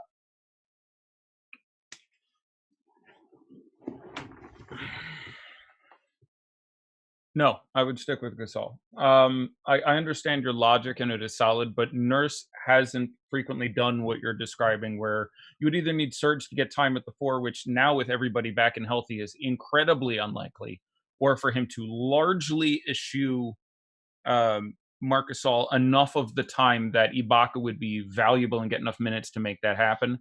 I don't think that's possible. So I would play very little or no Serge Ibaka. It's a fine matchup. It's on the edge of tolerable for me, but the price isn't quite low enough yet either. So good question. I like where your brain is going, but the absence of really any likely 4 time whatsoever kind of kills it for me. We got some questions here. I guess we'll do some of the either ors. Would you, where'd that one go? Whatever. Jokic and Booker or Embiid and Rubio for a DK GPP? I would play Embiid and Rubio most times. I don't have an issue really with either pairing, but playing Joel Embiid tonight feels good. Elroy Jenkins, who I presume is Leroy Jenkins' brother. Why is Fast Eddie Fear down on Lonzo? Do you have anything particular why you might be down on him tonight? He's on the same list. I'm not down on him. I ranked him, I think, a BA. I think he just missed getting an AA in my rankings. That price is too cheap. I have him at 31 minutes, I want to say, and the matchup is exceptional. He's shot poorly, looked like he's just not getting as involved in the offense as I would like to see. Ingram obviously does a lot of ball handling. Drew Holliday does some ball handling. So there's sort of the fighting for a role in the offense thing may not still be 100%, though again, what I've seen looked good. But I'm not down on Lonzo. I have Lonzo as an A in GPPs. I think he's perfectly fine to deploy at or around his current ownership. Darth Bain asking, if you had one lineup on FanDuel, who would be your center today? Joel Embiid. That was easy. Any interest in Frank the Tank today after his big game yesterday? Very interested on FanDuel. Again, at 4,800, he actually ranks as one of the best point per dollar plays on the slate and will be appropriately owned and is by no means a must whatsoever. Again, if you need to see the Frank Kaminsky experience, watch the first half of last game and then watch the second half of last game. And hopefully you get at least one of the first half in the two halves he plays tonight. But yeah, you saw what he can do. He had 35 in the first half before his nothing in the second half. But yeah, he's I suspect I'm roughly fine with. I'll take another look at where we have the ownership sitting, but I imagine on DK he's sitting somewhere in the 10 to 12. Frank Kaminsky 13%. That's fine. I have no strong take against that ownership. I do think that 13.9% Millsap is much more exciting for me than 13.3% Frank Kaminsky. So if we really think Millsap is going to be in the low to mid-teens, that's another place I'd like to expose myself. Yeah, that's fair. And that's also why, to be honest, why I liked Diallo yesterday, because Frank had that big first half and people will see that and not realize the fact that they are really willing to give him a quick hook, I think. And I don't know if that'll happen today against Jackson Hayes. No, I don't know who it was you said that, but I think that's a perfectly equitable take on the situation. Yeah, I was happy to hear Lofty say, because I've watched enough Suns games, and we have seen Diallo get extended run with Baines out. The Baines preference, though, would definitely supersede any of that, but he's not in today. Would K-Shep Killcam, one of our regulars, asking, would you expect Kenrich Williams to start or come off the bench tonight? We actually have him at just 19 minutes in Osmo's most recent run of minutes, so I assume he would think he comes off the bench. I have him coming off the bench, but I have him playing 26 minutes, so that's something I don't have time to look at, honestly. It would take me about 2 minutes to prepare that information, but as I always do when they don't agree, I will presume that Osmo is correct, and I not. So despite the fact that it's an excellent matchup and I have him at some 26 minutes, yeah, I will defer to my bettors, but I like him. All right. Is tonight a 2-center night or a 3-point guard night? Forest Fire is asking. I'm going to assume that's DK because you cannot do that on FanDuel. Yes. Well, yeah, they don't approve of that.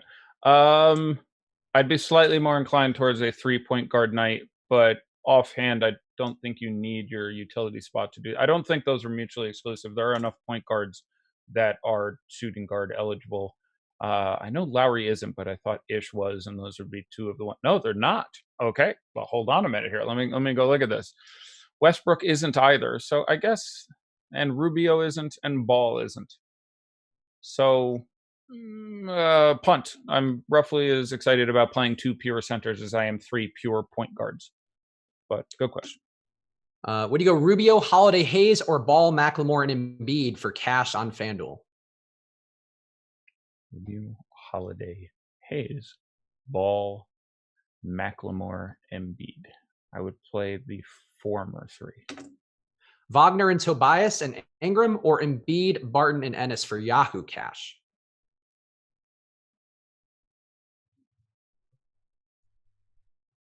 I would play Embiid, Barton, and Ennis.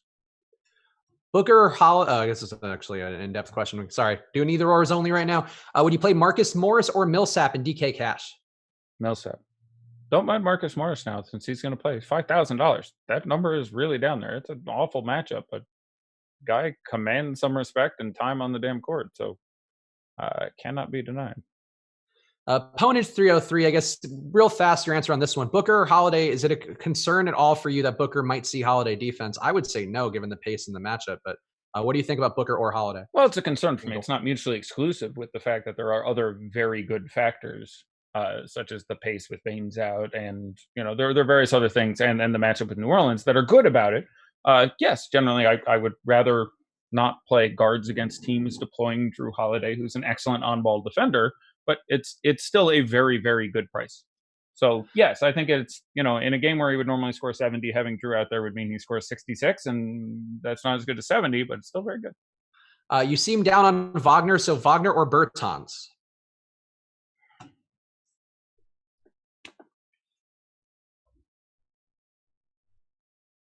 tons. All right. And would you go Lonzo, Millsap, and Redick, or Oubre, Frank the Tank, and Kenrich Williams on DK? One more time that, sorry. Lonzo, Millsap, and Redick, or Oubre, Frank Kaminsky, and Kenrich Williams on DraftKings? The second one. All right. John Wall or Bradley Beal? I'll go with Beal tonight. We are locked right now. Also, one of the questions was from somebody whose name is JAYEEW. Yeah, I've seen him. That's which didn't want to read that out loud while we were still trying to get that would have been funny. Just call him Jeff Jarrett. JARRETT JEFF. I hope you're actually Jewish if that's your name, just for the record. I feel like you can't do that if you're a chosen person. Yeah, what was it again then? I don't know how Judaism factored into this. It's spelling out Jew, JEW. It's what it's spelling out. But it's just spelled in a weird way that you wouldn't know it unless you're reading it out loud. Maybe it's like an ethnic you. Like, hey, how'd you doing? Hopefully it is. John Cotter in the YouTube. As long as it's not a verb. Yes, no, that's that's the famous Ben Stein thing where he once got mad at Opie and Anthony's radio show because they said chew down and he thought they said Jew down, and he was not happy about that as a proud Jewish man. Yes, he was. I have the world's only Ben Stein autographed Black Lotus. I assume you loved that show, the When Ben Stein's Money. I was on that show, so yes. Oh, it's right. I forgot because you did that. You did the version that we had briefly on our YouTube channel when you first. Yeah, I was a contestant on that show, so yes, I did love it. It was awesome, and he's exactly who you would think he was. He's fussing around and like I got to talk to him for a while. He's literally upset about losing his money. He's like, oh, they don't pay me that much. It really aggravates me when I lose that. I'm like, really? He was great. Ben was wonderful. Politically backward and very conspiracy theory. Like they should get him on a Tommy G podcast or something. But he's really, really great guy. I enjoyed my time around him quite a bit. I spent a whole day there because they filmed 3 in a row. I'm surprised he hasn't had a second act of being that character, being who I guess he actually is, because that's sort of in vogue right now. He could be like a more buttoned up Alex Jones if he really. Yeah, I mean he's got some years behind him. I would guess Ben Stein is.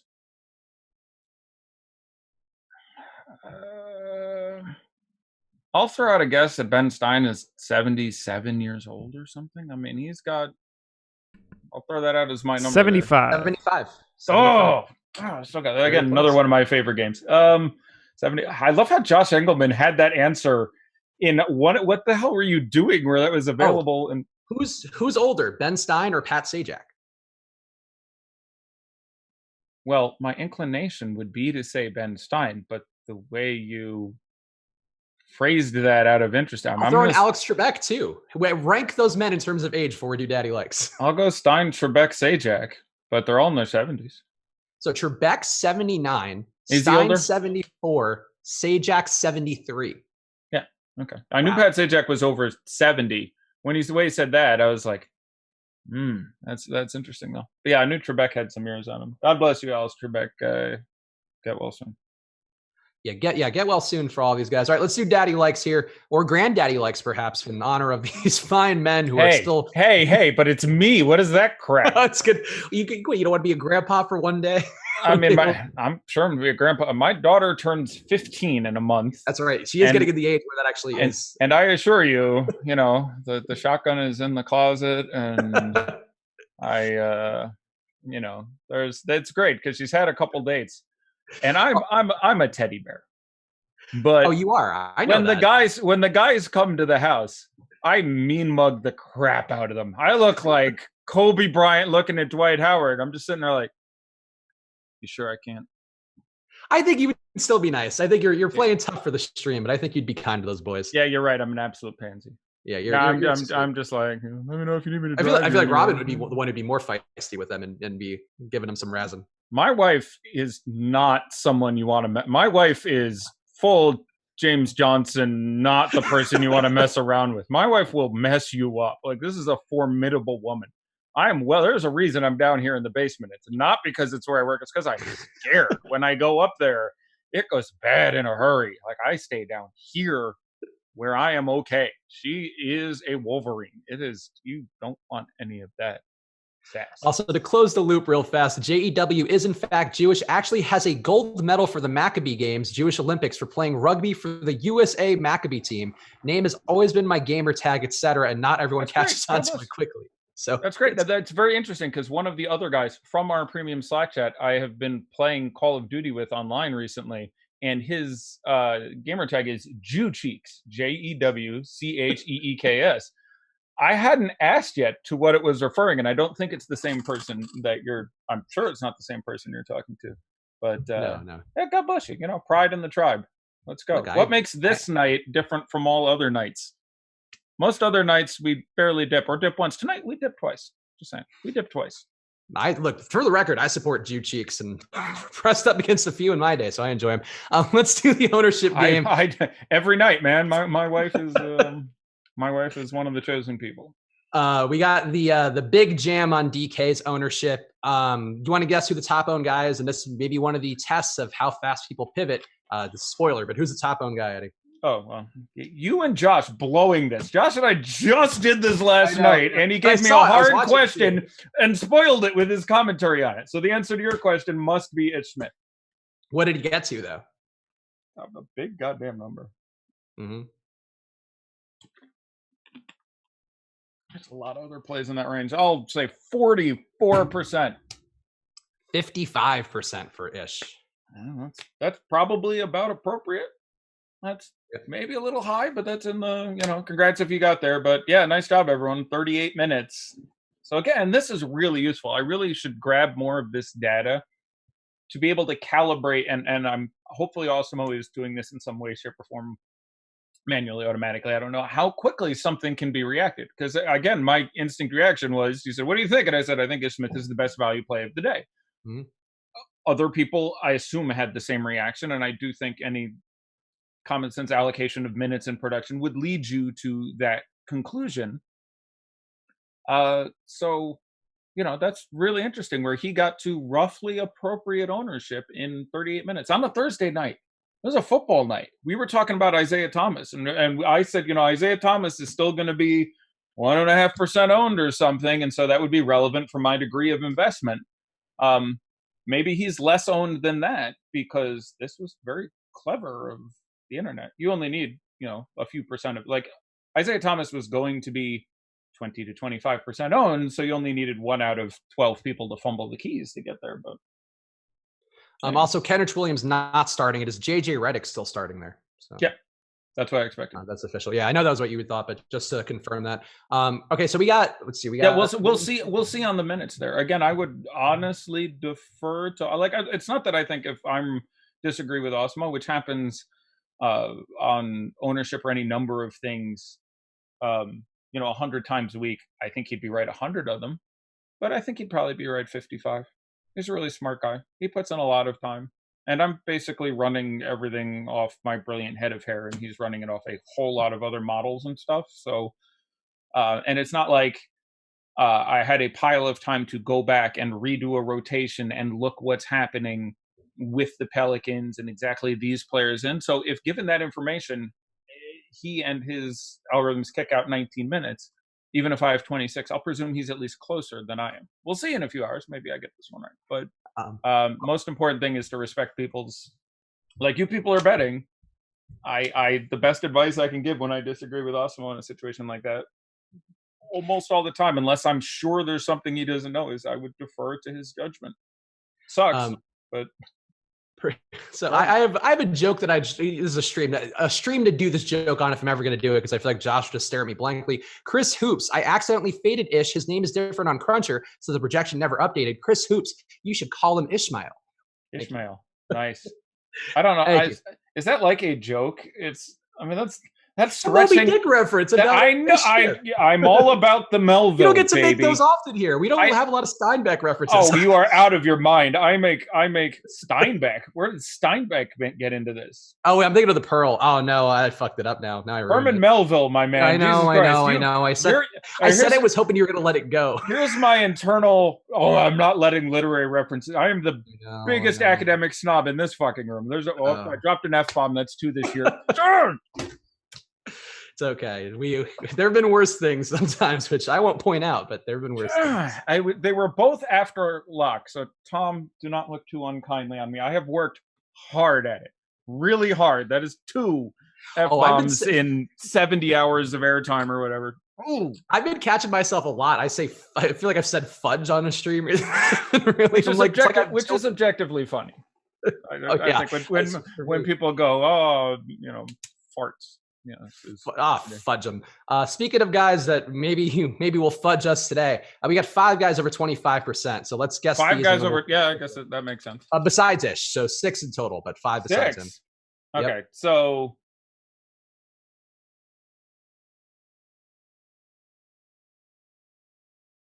kind of want the Family Feud theme, like do do do do. That's actually Price is Right. It's I didn't say that one because I'm not as passionate about defending game show theme music. It's the Herman Melville's Family Feud.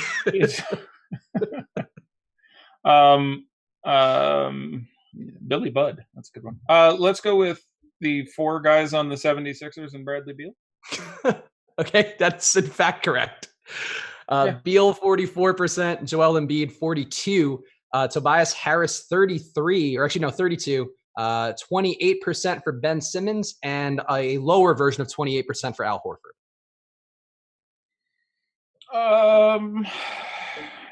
Again, with my concern with the blowout, I think if I was playing today, I would actually end up playing a lot more of this game because I'd be hedging against a large sports bet, but I'm just weird like that. I'd be like, well, if it stays close, my DFS will win. If it's a massive smashing, anyway.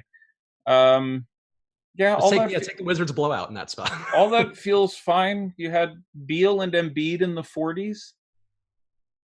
I suspect I would end up under on the mall by a little bit, just because I feel the blowout is a little more likely, and that makes me a little less interested. So again, if Beal is whatever you said, 45%, I suspect I would have less and have more Jamal Murray, Drew Holiday, Devin Booker, blah, blah, blah, by a little bit. But none of that is crackers.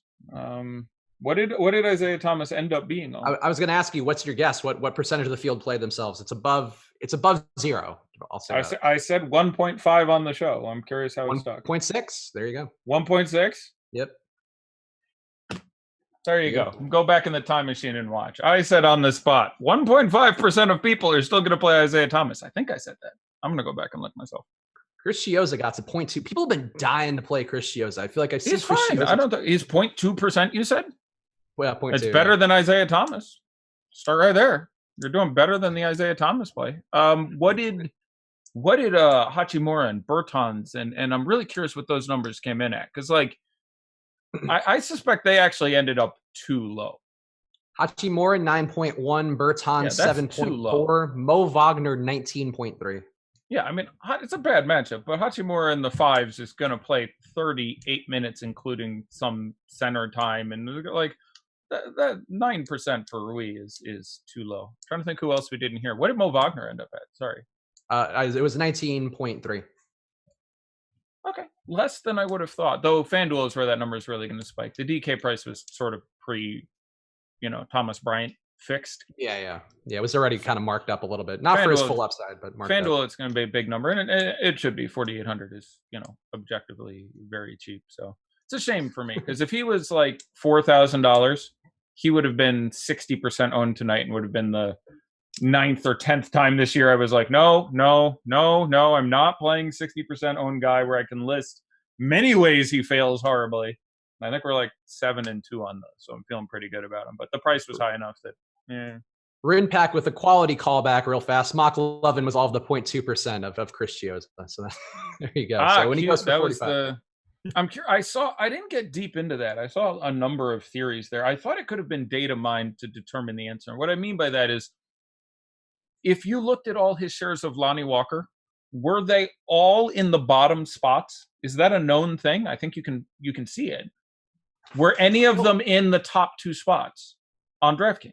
Were they all swapped to? Because I've heard a theory that it was a mistake and that he had meant to, and I think it's a very good theory.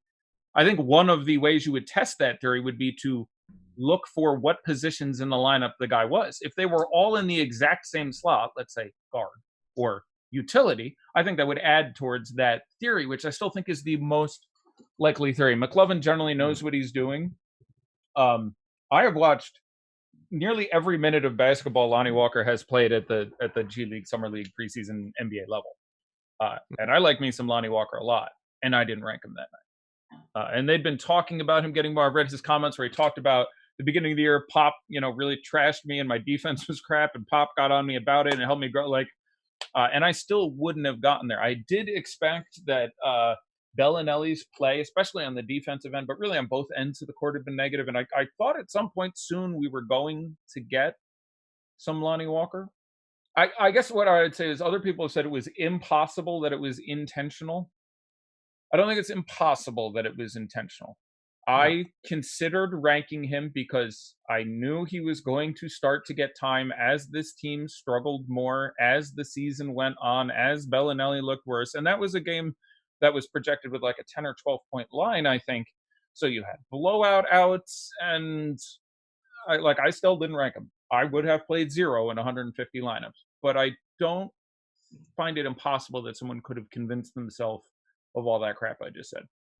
It's also possible it could have been some sort of leverage against whatever he thought maybe, Pirtle is going to be owned a certain amount, or that that Eubanks is going to be owned a certain amount. I think there are some ways he could have gotten there without fully intentionally meaning to do that. But short slates, he would have been like my first guy at $1,000 into the DK, whatever it is, showdown. With single game slate, I would have been like, I Lonnie Walker. It would have been one of my first guys in there. I would have been excited about that at minimum price. Obviously, depending what the Mills and the other guys are priced at. But it's funny because that day I felt so good about my Pirtle ownership because I had so much Pirtle and he went nuts because of the way that game script broke, and he was in a good spot anyway. But like that play, I'm like, I feel so good and so sharp about this play that I had so much of him, and then it's like, oh, this guy still a level above with McLovin, where it's like, yeah, he had Lonnie Walker at 33%. So your Pirtle play, I have never hit a stand like that. If the math I've heard reported is correct, where the guy was 0.2% owned and he was like more than half of it or a third of it or something, I've never been that low. There have been times where both when I was playing or touting, there were guys who I loved who ended up being like 1.5%, 2% and went off and were in the best possible lineup. That's happened to me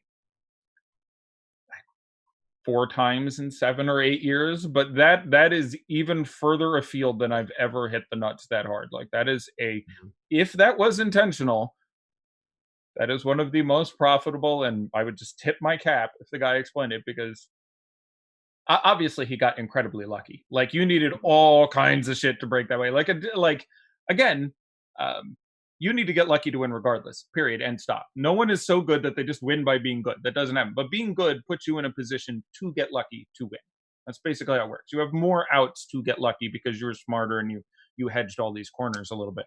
But he needed Harden's dunk to be horribly misofficiated so that the game went to overtime, so that the game went to a second overtime, so that a lot of crap really had to bust his way. But when it works, it works. Yeah, it's hard to argue with whatever sum of money he took down that night. I presume it was somewhere in the $250,000 area. Which last question here before we call it quits from Darth Bain. Ty Jerome, thoughts for people playing the later slates. He's a guy who I had some of today before Jackson Hayes. We knew that he was coming in. I still have some Ty Jerome, but I had more because Hayes is just more logical. But Ty Jerome, would you be playing him at all?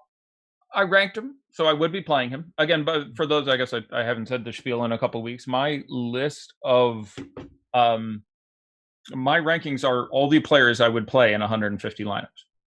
That is literally my pool. If a guy is D's and GPPs, it means I'd have 1. If he's a C, it means I'd have 2 or 3 probably in 150. If it's a B, I'd have 8, 10, 12, 15. If it's an A, it's a guy I'd be heavily exposed to. But that is the list of guys I would play in GPPs. I ranked Ty Jerome. It is interesting to me if I would have ranked him, in full disclosure, with Ish in. When I changed the rankings for the 3rd or 4th time to account for Ish, I did not then go back through and see how that would have affected all the other various value plays. Just don't have that much time. That might have entirely expurgated Ty Jerome for me. I like Ty Jerome just fine. I would probably rather play Ty Jerome than Cam Johnson. I have him projected for about 5 minutes more. Now I think he's about $500 more. I think he's $3,500 versus 3 flat for Cam, if that sounds right. 3,800, I think, for Ty. Really? I believe so. Okay, I could have that wrong. But that would make it even a little less. I ranked him, and I feel like I have to look now because I really feel like. Oh no, you're right. He's 35. My bad. Okay, no, it's fine. I was confusing him with Jackson Hayes because that was my swap. That's Jackson Hayes at 38 makes tons of sense there. Yeah, so there you go. So a little tight. I like Ty. I mean, pace up spot. Back to back too. Maybe that goes weirdly, but pace up at him getting minutes. Good usage rate, good assist rate for him on the air. So I don't mind taking that step. I really feel like there's got to be something else I can take away from that massive ish ownership. Like that is higher than I would want. Probably, I would probably come in under that number. Like he is the best, value play, but it is similar to, Macklemore, Corey Joseph, and guys who wear. And again, this is going to change with the nuances of each slate, each game, each price, that's hardly consistent. But 50, whatever you said, 54. I think you said 55. 55, you said. Yep. That's a big old number, and it's still Ish Smith. Like, I like Ish Smith just fine. I project him very well here. I would have him somewhere around 34 minutes and 27 fantasy points off the top of my head. That feels very good, and it's many more minutes than any of these other value guys are going to get. So it's fine, but it's really impressive for me that we got that many. We got that high, 55% on a football night in, I believe, slightly under 40 minutes. So I don't know if there's anything else to take away from it, but probably helps that the football. We still got 20 minutes, or excuse me, an hour to lock there. Yeah. No, of course, An issue with a smooth 0 in 5 minutes. Everybody's feeling good about that. I'm sure people really? are already cursing the heavens for the risk. He'll be fine. He's better than Zvi Mikhailuk. That was another thing I was so close to last night. So we were there. Manuel Mudiay. I come out and crap on his pancakes. I literally poop. I've used too many poop metaphors today. I'm getting some sort of fecophilia. Pooping on a lot. You're like Triumph the Insult comic dog. I really am. Oh, let me get a a fake cigar to put in your mouth. Yeah, where I gotta have like anyway.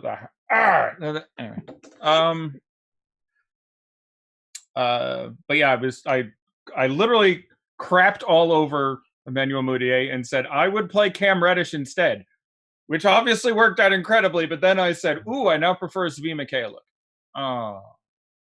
Which, don't get me wrong, still bludgeoned the living piss out of Emmanuel Mudiay by 10 or whatever, but came up a good 20 something short of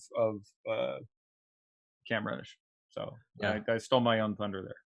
It was a good day for fading Emmanuel Mudiay. I think we got that across the content, and you slam dunked that one home because we were all saying it throughout the entire day, and then you just went on the soapbox for a good 10 minutes going against Mudiay and ended up being the right play. Dante Exum got more minutes, and he's not looking. I said that might happen on the list of ways Emmanuel Mudiay could fail. Just they don't like him that much, and they might play Dante Exum. I doubt Dante Exum play. I don't honestly know how many minutes those guys played, but I doubt Dante Exum even got to 20.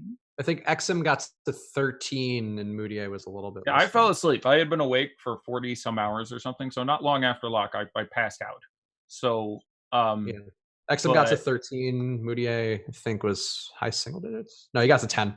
Ooh. And that was with Exum getting injured, by the way. Exum went to the locker room. That was the last thing I remember. I was like, that was literally my last comment in Slack last night was everyone's like, oh my God, there's 9 guys in for the Jazz so far and Mudiay isn't in.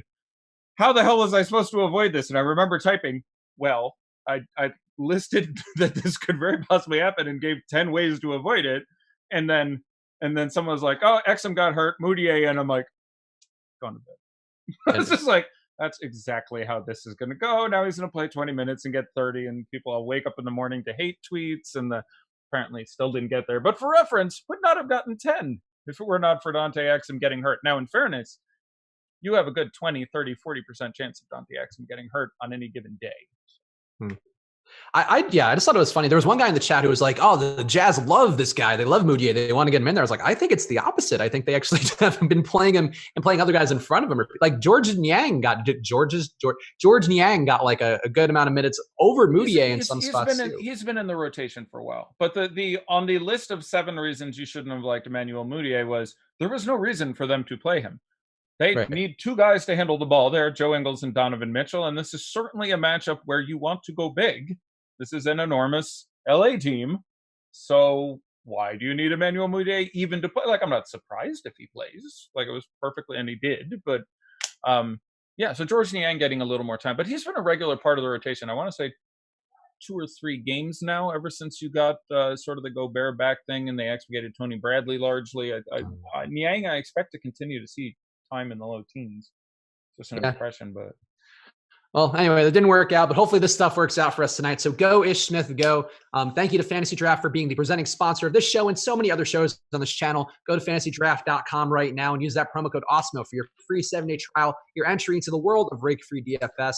And also, we will have some content coming up. I'm sure there's a night slate that's worth hitting on this particular day. So go check out our Osmo packages at osmo.com/join. Get any Osmo Plus deal with half off your first month with the promo code Live Before Lock right now. Let's go to osmo.com/join. If you've stuck with us this much time, just go check it out. Go dabble. Go see how it feels on. Go try it on for size. See how it feels on it. All right, Eddie, anything you want to hit on before we call it quits? I'll be back tomorrow. I'm in the middle of a marathon. I'm covering Josh traveling. Well-deserved, by the way. Hardest working man in show business. So I'm happy that Josh is getting some much-deserved. We made him hang around for a half hour producing this. You really need some time off. Why don't you sit here while I talk about pierogies and snow and shit for a half hour? That's exactly how that went down.